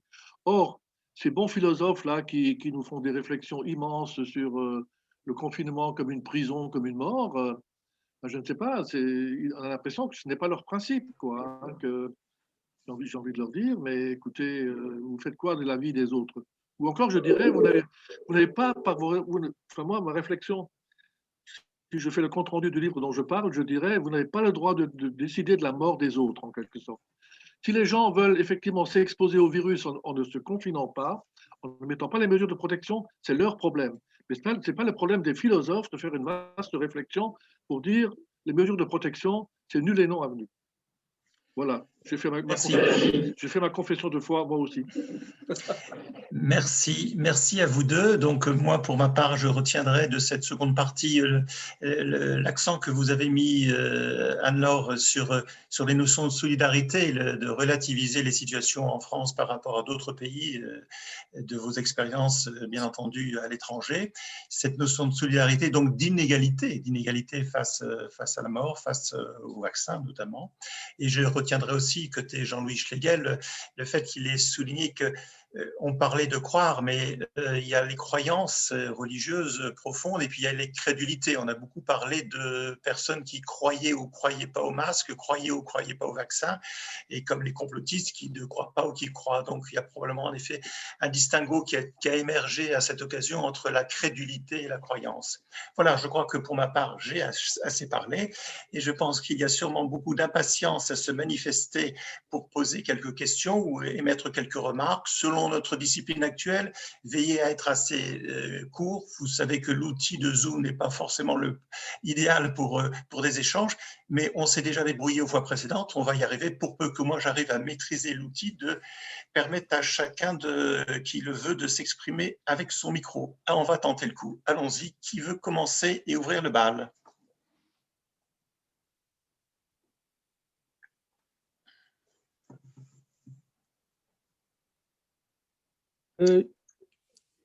Bonjour, Véronique Beaulieu. Je vais essayer de faire court. J'aurais voulu poser deux questions. Une, premièrement, à M. Schlegel, et merci pour ses interventions. Concernant justement ce philosophe, là, le livre dont vous parliez, pour lequel vous allez peut-être faire une recension, vous dites qu'il est peut-être un peu trop centré sur lui-même en parlant de son propre enfermement. Mais je n'ai pas lu le livre, donc j'en sais rien. Simplement, ça me paraissait être une contradiction avec ce que vous évoquiez avant, à savoir le fait que les gens ne se posaient pas de questions sur le sens de la vie. Alors, je ne dis pas que sa réponse à lui est bonne ou pas, une fois de plus, je n'ai pas lu le livre, mais est-ce que ça n'a pas été un moment privilégié quand même pour chacun de nous de se poser la question, quel est le sens de ma vie et quelle est l'utilité aussi de ma vie? Ça, c'est ma première question pour M. Schlegel. Et si je puis me permettre une seconde question pour Mme le pasteur, j'aurais voulu savoir quelles avaient été les initiatives œcuméniques. Concrètement, c'était quoi? Voilà, merci. Allons-y. Justement, c'est un peu ce que je disais aussi pour la foi. Votre question est très bonne, hein, mais d'une certaine manière, c'est presque maintenant qu'il faudrait faire ou bien des micro-trottoirs ou bien des enquêtes plus larges sur la question que vous avez posée. Hein. C'est effectivement, quelle question cette crise a-t-elle soulevé pour vous? Comme je vous le disais, classiquement, les sociologues avaient un peu cette impression que l'épreuve faisait poser des questions essentielles, des questions de fond. Et effectivement, on a quelques statistiques, je crois, de la Deuxième Guerre mondiale ou des guerres ou après les guerres auprès de soldats qui disaient qu'ils avaient retrouvé la foi, mettons dans les tranchées de 14-18, sous le feu, quoi, sous la menace tout simplement de la mort, quoi, hein, qui repose les questions les plus essentielles. Et là, comme je le disais, jusqu'à présent, je n'ai pas vu quand même énormément, je n'ai pas vu presque du tout d'enquête ou de grands textes ou de réflexions fortes sur ce sujet. Voilà ce que je peux dire. Anne-Laure Danet.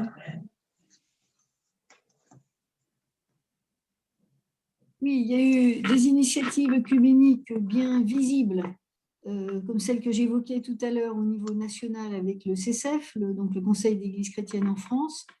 Deux choses essentielles, ce message de Pâques et puis ce culte télévisé de Pentecôte. Donc, ça nous a permis aussi de travailler à une communication œcuménique annuelle. Jusque-là, on faisait un peu de façon sporadique. Là, on a déterminé 5 temps liturgiques où on va intervenir ensemble. Et ça, c'est bien parce que ça nous oblige en amont à réfléchir à la façon dont, ensemble, on va dire le message. Je vous garantis que ce n'est pas si simple. Il y a eu aussi, pendant toute la période du confinement, on a mis sur nos chaînes respectives, on les faisait ensemble, des prédications homélies spéciales confinement. On travaillait sur des thèmes, sur les questions du lien, sur celle de la liberté. Je pensais à l'instant à ce que Jean-Louis venait de dire. On a par exemple travaillé sur le fait que cet enfermement du côté chrétien, il est subi, mais il y a quelque chose aussi qu'on choisit. C'est-à-dire, c'est comment, juste ce que je disais tout à l'heure, comment on se décentre de soi-même dans ce qu'on est en train de vivre pour vivre des solidarités de ceux qui, justement, ont besoin d'une présence. Et puis, il y a eu des choses qui ont été beaucoup moins visibles, mais alors pour nous très importantes, c'est qu'au niveau national, on s'est réparti aussi tout un travail de lien avec les équipes œcuméniques régionales ou diocésaines. C'est-à-dire là, maintenir du lien entre nous pour dire, ben voilà, qu'est-ce que vous faites? C'est toujours cette même idée d'aller à contre-courant de ces replis identitaires. Donc là, on a multiplié ces rencontres. Nous, on a fait des webinaires tant qu'on voulait.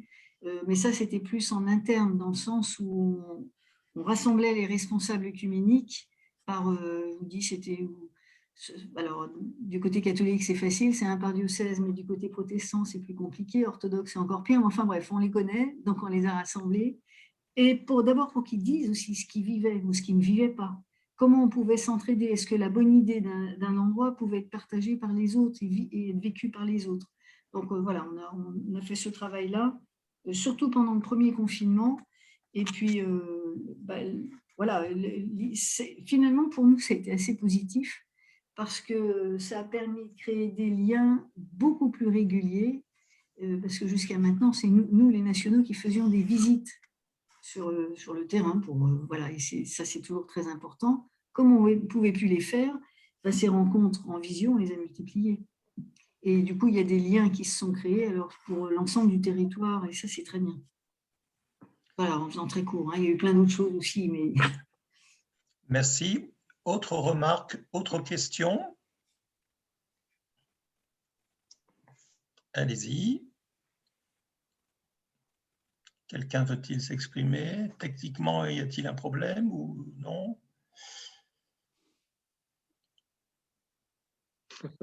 Allons-y, allons-y. Les micros sont ouverts, comme on dit. Il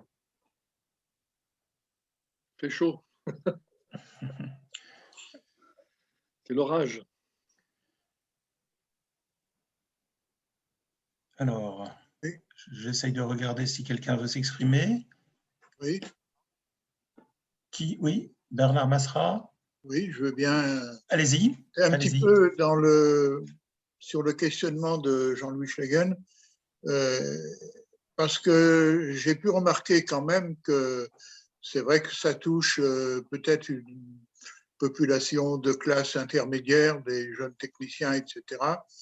Mais toute une réflexion sur la façon de vivre et un peu d'aller s'installer loin de Paris, plutôt en campagne, etc., pour des raisons qui sont vraiment de qualité de vie, d'arrêter de courir, etc.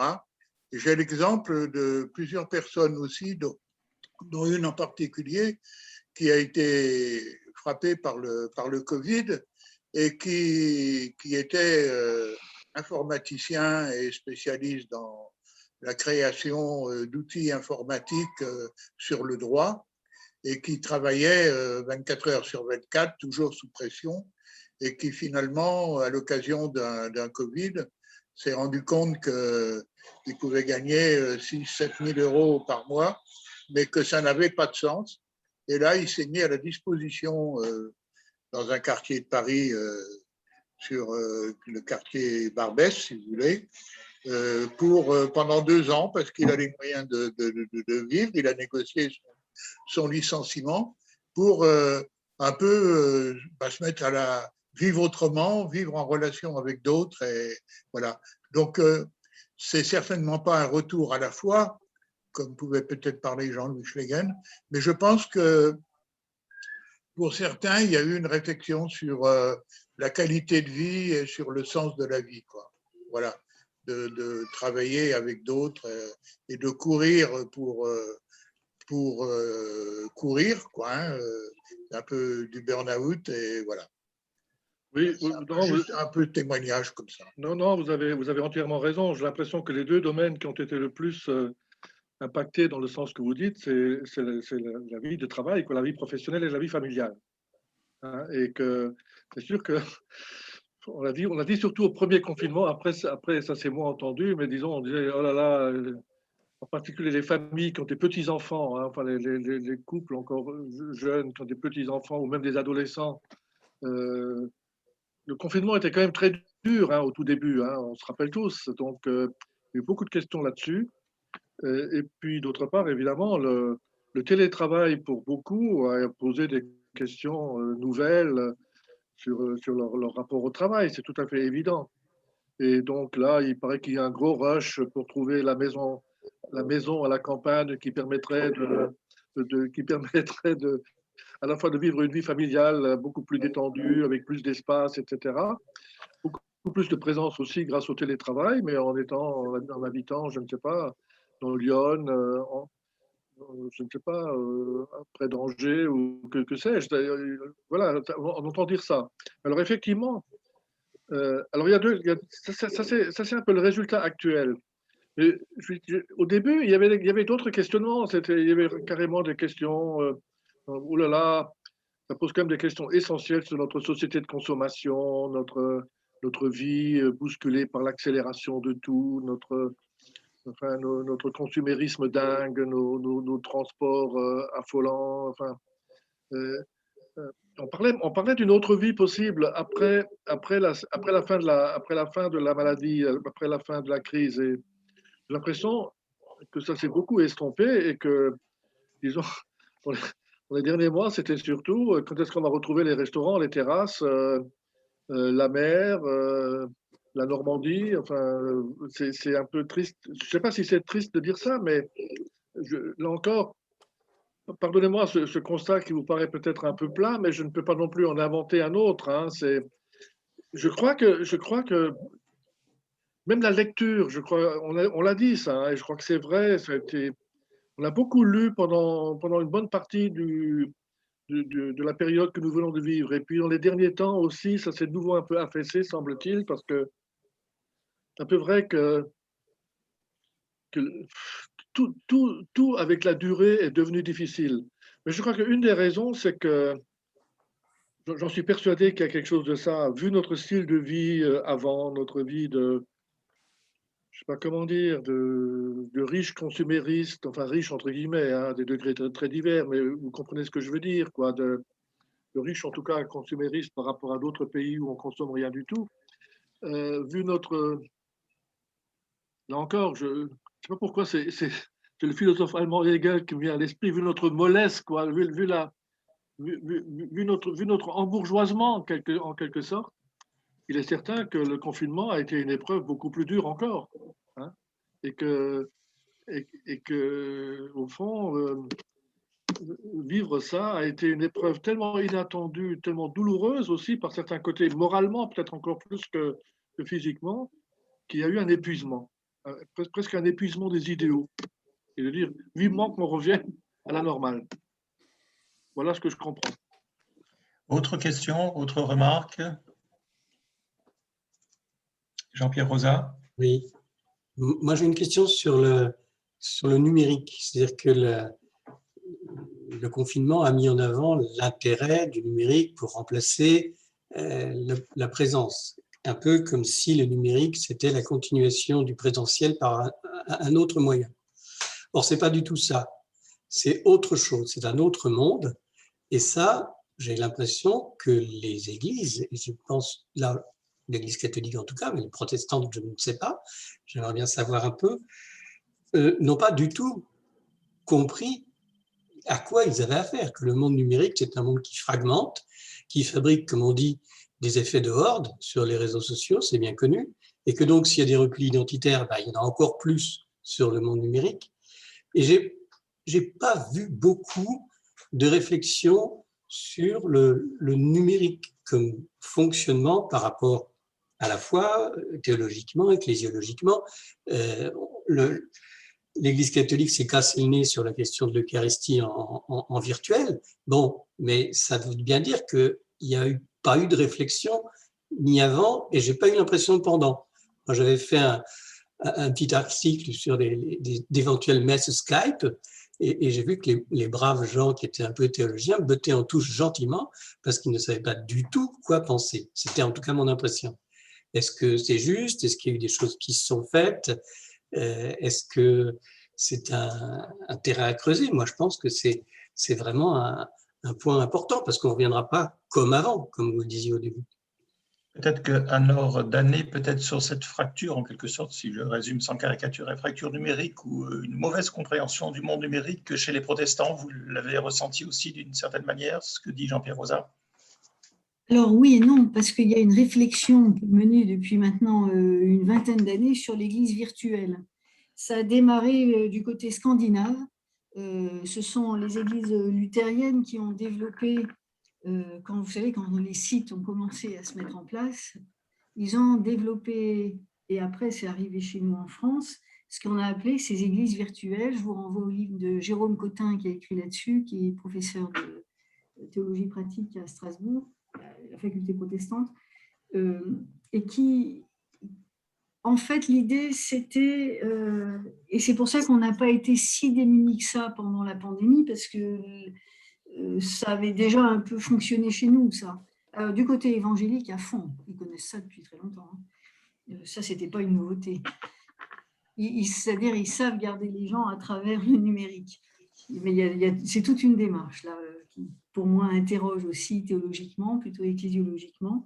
Mais ces églises virtuelles, c'était quoi l'idée au départ? C'était de dire comment est-ce qu'on peut parler aux tout venants, justement. Ce qui n'est pas une énorme spécificité protestante, parce que nos églises sont à taille humaine, elles ne sont pas très grandes. Au bout d'un moment, tout le monde se connaît. Il y a une incitation aussi pour devenir membre, parce que vous savez que la gestion aussi se fait par un conseil d'église, quelle que soit la dénomination. Donc, ça veut dire aussi qu'il y a une prise en charge de la communauté. Donc, on incite forcément à participer d'une façon très responsable, quoi.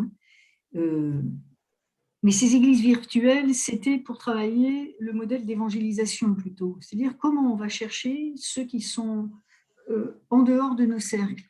Comment est-ce qu'on va toucher des gens qu'on ne rencontre pas. Et à partir de là, il y a eu des sites qui, je vous dis, c'est les Suédois qui ont fait ça au démarrage. Ils ont développé, par exemple, un site qui était consacré uniquement à la prière. Mais il fallait voir ce que ça voulait dire derrière. S'ils avaient une dizaine de personnes, des permanents, donc qui faisaient que ça, qui étaient payés par l'Église, et il y avait, par exemple, une discussion sur c'est quoi la prière. Enfin, ils répondaient en ping-pong aux gens. Il y avait de l'apport théologique, il y avait des temps de prière qui étaient organisés à des moments répétés dans la journée, etc., etc. Donc, quand ces outils-là, ils ont circulé, y compris en France, en tout cas dans le monde luthéro-réformé. Et du coup, quand il y a eu cette crise, pour nous, la question, ce n'est pas tellement la perte des effectifs, on en a eu très peu en fait. C'est plutôt de se dire, mais qu'est-ce que cette crise nous a appris? Qu'est-ce qu'on travaille alors plus globalement? En quoi on va se décaler justement pour faire communauté? Et quand même, il faut le dire, on a eu un loupé extraordinaire en France, c'est autour des étudiants, hein, et les églises sont aussi concernées, là, bien entendu. Donc, pourquoi on n'était pas là? Mais ce numérique-là, il n'a pas été un gros bouleversement dans le protestantisme, hein, ça, je ne crois pas. Merci. Jean-Louis? Oui, non, je vais un peu dans le sens de Jean-Pierre, je croirais en partie au moins, enfin, bien sûr, on n'ignorait pas le numérique non plus dans l'Église catholique, mais tout de même, je pense qu'il y a eu un bombardement numérique là, du côté catholique qui était tout à fait nouveau, enfin, c'est-à-dire en particulier, on l'a dit, du côté cultuel, liturgique. Hein. Je crois que là, c'est... Et au fond, la question que tu poses, Jean-Pierre, et je la trouve très juste, c'est un peu, au fond, dans quelle mesure les catholiques, beaucoup de catholiques, ou combien de catholiques ont pris goût à ce numérique-là, et on l'a un peu évoqué, n'ont pas envie de revenir à l'ancien. Moi, je connais des catholiques qui apprécient d'autant plus le jour du Seigneur maintenant que c'était non plus les messes paroissiales qui sont télévisées, mais des petites liturgies concoctées par les dominicains du jour du Seigneur qui plaisent énormément à un tas de gens hein, qui trouvent ça très très bien, beaucoup mieux que les liturgies des paroisses. Alors, attention, hein, que les paroisses ne me comprennent pas mal et ne m'en veuillent pas, mais parce que je trouve très intéressant pour ma part parfois de regarder aussi la liturgie ou le culte d'une paroisse catholique, comment elle fait, ou la nouveauté ou l'ancienneté. Mais on voit bien que le numérique donne des possibilités, même à l'imaginaire, tout à fait extraordinaires.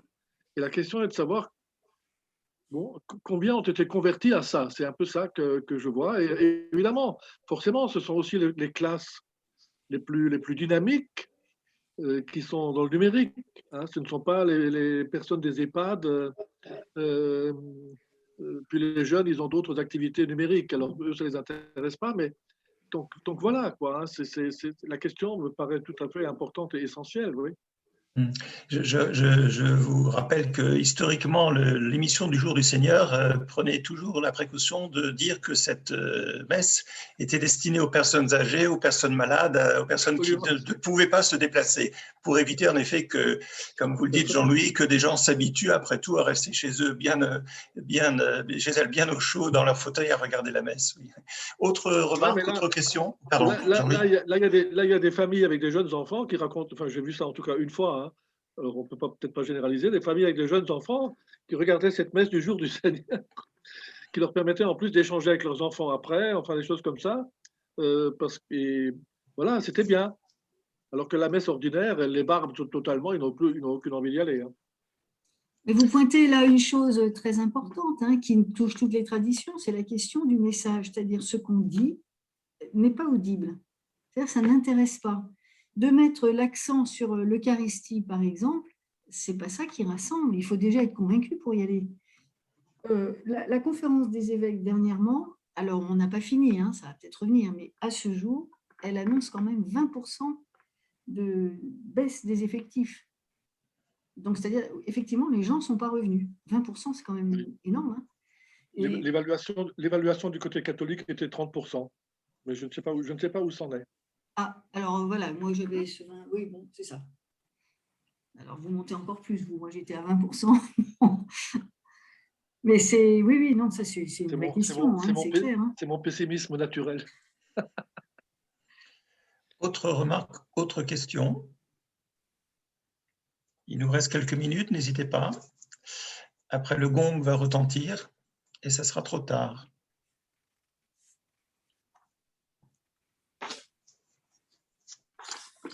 En attendant, je vais vous poser alors une petite question, mais surtout, n'hésitez pas à poser d'autres questions après moi.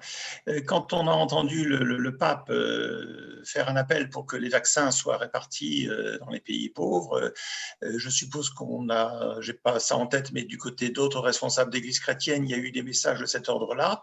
Ma question est la suivante, est-ce que vous pensez que dans ce monde actuel, sur ces questions d'épidémie, de justice sanitaire, le message chrétien qui se réfère là-dessus, c'est évident, à des valeurs évangéliques, est-ce que vous pensez que le message chrétien a une réelle portée, puisqu'on sait que sur d'autres thèmes, le message chrétien dans le monde aujourd'hui a parfois des portées relatives. Hein. Je parle du pape, mais ça peut être valable aussi pour d'autres responsables religieux. Est-ce que ce message des responsables religieux a, à votre avis, une portée dans le monde d'aujourd'hui? Moi, disons, bon, évidemment, le pape a demandé plus de justice dans la répartition des vaccins, etc. Mais je rappelle quand même qu'avant ou pendant, je ne sais pas, le pape a d'abord appelé à la vaccination. Il a en quelque sorte légitimé la vaccination pour les catholiques. Alors on voit bien qui il avait dans le viseur. C'est effectivement toujours les mêmes, les catholiques traditionnalistes, etc., qui sont anti-vaccins. Et peut-être aussi les anti-vaccins en général, mais il voulait dire aux catholiques, vous avez ce devoir-là. Hein, pour les autres. Je crois que ça n'a pas été compris d'après certaines choses que j'ai vues sur Internet, sur Facebook. Tout le monde n'a pas compris ça. Il y a des gens qui étaient même, j'en connais une personne que j'estime d'ailleurs par ailleurs, elle était furieuse que le pape se mêle de ça. Elle disait, mais ce n'est pas son rôle, de quoi il se mêle. pourquoi il appelle à… En fait, les anti-vaccins, effectivement, étaient furieux que le pape fasse ça. Oui, quand les évêques… Alors, il se peut que… Là, je pense malgré tout que dans certains pays, il se peut que cette parole ait aidé à dire allez-y, quoi. Enfin, allez-y, n'hésitez pas. Enfin, c'est même un devoir d'y aller. Mais que le pape dise que c'est un devoir, ça a été mal compris. Et quand des évêques dans le passé s'opposaient à la bombe atomique, vous vous souvenez, on leur répondait « mêlez-vous de vos oignons », la fameuse formule en France. Anne-Laure Danet, côté responsable des églises protestantes, vous pensez que le message pouvait quand même avoir une portée? Oui, je crois, parce que, alors c'est sûr qu'il n'y a pas la même visibilité du côté des autres traditions. D'abord, il me semble que sur ce terrain-là, c'est vraiment un travail qu'on doit faire en interreligieux. Si on veut être entendu, il faut le faire ensemble. Et ça, je dois saluer quand même le travail pour la France de la CRCF, parce qu'ils ont essayé. Alors ça ne s'est pas vu beaucoup, parce que ce n'était pas dit sur les chaînes de télé, etc. Mais ils ont eu un rôle incessant auprès du gouvernement. Hein. Ils avaient des rendez-vous régulièrement pour alerter, faire réfléchir telle ou telle chose. Ça a marché plus ou moins.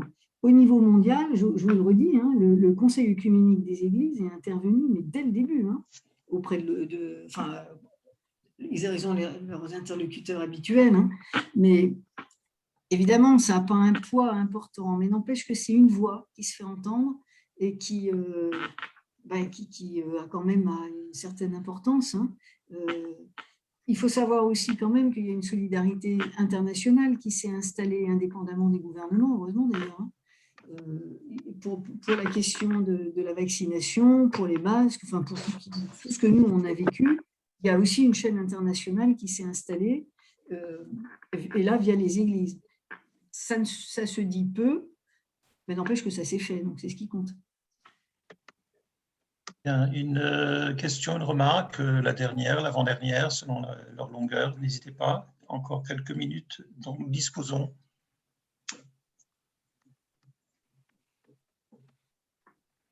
Une dernière chose, je vous prie de m'excuser, on n'a pas parlé de la communauté de Thésée qui a été quand même très très présente pendant tout le confinement et qui a été présente tous les soirs.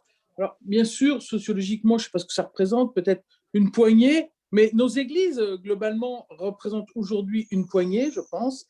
Et là, il y avait sans doute beaucoup de jeunes, ceux dont on a parlé, qui étaient en souffrance aussi parce qu'ils étaient isolés, sans boulot ou loin de leur famille ou dans des petits studios. Et là, c'était impressionnant de voir tout ce qui se passait sur le site de Thésée. Et pour moi, ça, c'était un signe d'espérance. Je l'envoie à M. Schlegel pour le remercier. Et on peut ajouter le rôle des communautés religieuses. Par exemple, la communauté du Chemin Neuf a fait la même chose. C'est-à-dire, ils avaient aussi des temps réguliers. Toutes les semaines, il y avait un temps et ils continuent d'ailleurs. Il y a eu des initiatives œcuméniques où tous les jours, ils sortaient quelque chose sur leur chaîne YouTube. Il faut saluer aussi le travail qu'RCF a fait. Hein. Alors là, en version œcuménique, pour soutenir justement les églises quand elles voulaient faire passer un message, une initiative, etc. Donc, il y a eu des vraies solidarités. Hein. Ça, c'est vrai, mais bon, beaucoup de souffrance aussi. Je vous livre une remarque de Maria Istok qui, n'arrivant pas à poser la question, l'a fait par écrit. Elle trouve regrettable que les homélies n'ont pas abordé la question de la vie et de la mort, ce qui est essentiel dans la vie, dit-elle. Hein, je la cite. Anne-Laure Danet, vous qui prêchez régulièrement, vous en avez parlé tout à l'heure, la vie et la mort sont des notions essentielles dans les homélies. Vous pensez que certaines homélies, certains prêtres, sans généraliser, ont pu être à côté de la plaque sur ces questions-là ou pas, soient pas intervenus de façon opportune dans ce climat-là? Alors, dans les paroisses, j'en sais rien, mais nous, ce qu'on a essayé de faire au niveau national, je vous dis, c'est ces prédications qu'on a appelées de confinement, c'est-à-dire toutes les semaines à tour de rôle, sur nos sites, on mettait une prédication. Alors, évidemment, on choisissait un texte biblique lié à ça. Et c'est pour ça que je vous disais, pour moi, l'essentiel, c'est ce message de la grâce, c'est-à-dire où on a une parole de vie à donner, quelle que soit la situation dans laquelle on est. Et cette parole d'espérance, si les églises ne la donnent pas, ben alors, je ne sais pas quel est leur rôle. Hein. Et pour moi, ce n'est pas réservé alors aux prêtres ou aux pasteurs, c'est vraiment le témoignage du croyant en Jésus-Christ. Et quand même, je vois, on a un site où les églises en général plutôt, les églises protestantes ont chacune leur site, les paroisses individuellement, les unions d'églises aussi, et à chaque fois, il y a la possibilité de mettre la prédication du dimanche dessus.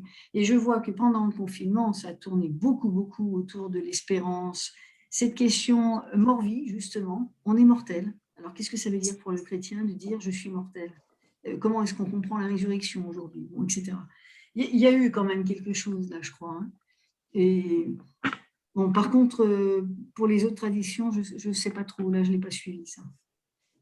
Jean-Louis Schlegel, en tant que sociologue, vous savez qu'on parle souvent, régulièrement dans les médias des églises ou des communautés religieuses quand elles s'opposent. Elles s'opposent à la PMA, elles s'opposent au mariage homosexuel. Certaines, je précise bien, communautés religieuses, mais les médias parlent souvent des oppositions des églises.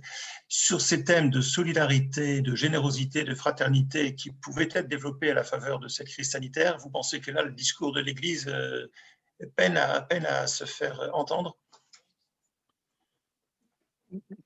Franchement, je ne sais pas bien. Moi, je crois que alors Daniel connaît bien. Je vois tout ce qui s'est passé du côté, on va dire, et vraiment sans aucun, je n'ai aucune réserve là-dessus. Du côté des institutions protestantes multiples et même au-delà du côté œcuménique, vous avez parlé d'une foule de choses que moi j'ignore, mais je suis certain qu'une monographie sur le catholicisme pendant le confinement découvrirait des tas de solidarité, des inventions, etc. Mais en effet, alors, par contre, j'ai l'impression que, enfin, je ne sais pas si le catholicisme ou si l'Église catholique entraîne les autres, j'ai parfois l'impression que dans la société française, on attend peu ou on attend presque rien des églises. C'est un peu étrange mon sentiment, mais voilà, et je crois qu'en effet, bon, dans mes propres vitupérations par moment, je dis que disons, le très gros intérêt sur tout le bioéthique et toujours avec un réflexe de refus, de contrôle, contribue un peu à disqualifier la parole de l'Église sur d'autres sujets. J'ai un peu cette impression. Hein, alors, bon, là, il se trouve que j'ai fait la postface d'un livre édité par la Fédération protestante sur les questions de PMA, d'euthanasie, enfin de toutes ces choses-là. Donc, je connais assez bien les positions nuancées, ouvertes, et même pas entièrement, pas d'accord à l'intérieur totalement. Et moi, c'est un peu ce dont je rêverais aussi pour notre Église, c'est-à-dire des voix davantage plurielles. Bon, après ça, moi, je trouve, disons, sur le côté caritatif, moi je n'ai pas d'immenses reproches à faire à l'Église, hein, c'est-à-dire à l'Église, aux catholiques de base. Je trouve une foule de gens font des tas de choses. Le problème n'est pas là. Le problème est, je ne sais pas où est il y a un problème presque de crédibilité du discours, quoi. Je sens quelque chose de ce genre-là. J'essaye moi-même, hein, quand je réfléchis presque devant vous, pour comprendre, disons, comment les églises ont traversé la Covid. Et effectivement, pour l'Église catholique, malgré tout, ce qui s'est le plus vu, c'est cette confrontation autour de la messe. Par certains côtés, c'est quand même dommage, il faut le reconnaître. Très bien, je crois que le temps maintenant est imparti, il me semble. Je pense que donc nous pourrions conclure. Moi, de ce que je retiens de cet échange, d'abord, c'est qu'il est très riche en diverses réflexions de la part d'abord de nos invités, que je remercie de nouveau. J'ai noté un peu le vocabulaire que nous avons utilisé. On a fait un petit peu, en quelque sorte, le paradoxe, c'est que nous étions sur du virtuel, mais nous parlions beaucoup aussi de présentiel. Et nous étions sur une connexion et nous parlions un peu de situation de déconnexion. Et puis après, il y a cet arrière-plan que j'évoquais au départ avec cette fable de La Fontaine, on était tous donc nous-mêmes concernés, même si nous n'étions pas des animaux malades de la peste. Vous vous souvenez de la fin de cette fable de La Fontaine? Il y a un bouc émissaire, hein, c'est l'âne qui est un bouc émissaire. Et vous ne trouvez pas que dans cette histoire du Covid, il y a aussi une tendance naturelle chez certains à trouver des boucs émissaires? Donc je pense que les églises ne sont pas des boucs émissaires, mais vous vous souvenez de ce malheureux épisode Anne-Laure d'année de cette célébration évangélique à Mulhouse, où au départ on a estimé que c'était eux les fautifs, les responsables. Donc je repensais à ça à propos de l'âne de la fable de La Fontaine. Voilà, merci pour cet échange. Je laisse la parole au président Erlen Wein pour dire le dernier mot, puisque c'est lui qui aura le dernier mot forcément. Ben, il me reste, après Dominique, à remercier Anne-Laure d'année, Jean-Louis Schlegel, pour ces échanges passionnants. Alors, je ne vais pas répéter ce que Dominique a dit beaucoup mieux, mais je constate simplement que vous n'avez pas relevé ni l'un ni l'autre de flambée de manifestations de la foi pendant cette crise du Covid. Mais, ça a été dit par un des intervenants, des questionnements sont remontés depuis la société et on ne peut pas exclure que ces questionnements conduisent à un certain nombre de cheminements plus orientés. Voilà. Et puis, je retiens dans le propos d'Anne-Laure d'année tout ce qu'elle a dit sur l'importance de l'interreligieux. Pour Confrontation, c'est une question qui me paraît assez importante et il y a quelques raisons d'espérer là aussi. Il me reste à vous annoncer que vous retrouverez tous ces échanges très riches entre Anne-Laure d'année et Jean-Louis Schlegel sur le site de Confrontation assez vite, d'ici 2 ou 3 jours au plus tard. Je voulais signaler aux membres de Confrontation que notre Assemblée générale se tiendra le 30 juin à 17h30 dans un lieu très inhabituel, non pas à l'Abbaye au Bois comme depuis de nombreuses décennies, mais dans la salle de Compostelle, à la paroisse Saint-Jacques du Haut-Pas, 252 rue Saint-Jacques, dans le 5e.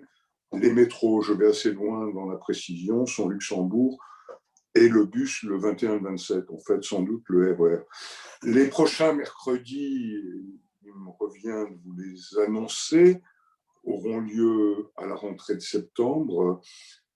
Nous avons consacré récemment un mercredi au chemin synodal de l'Église catholique d'Allemagne et aussi pour préparer notre voyage d'études à la rencontre des catholiques allemands au mois de novembre.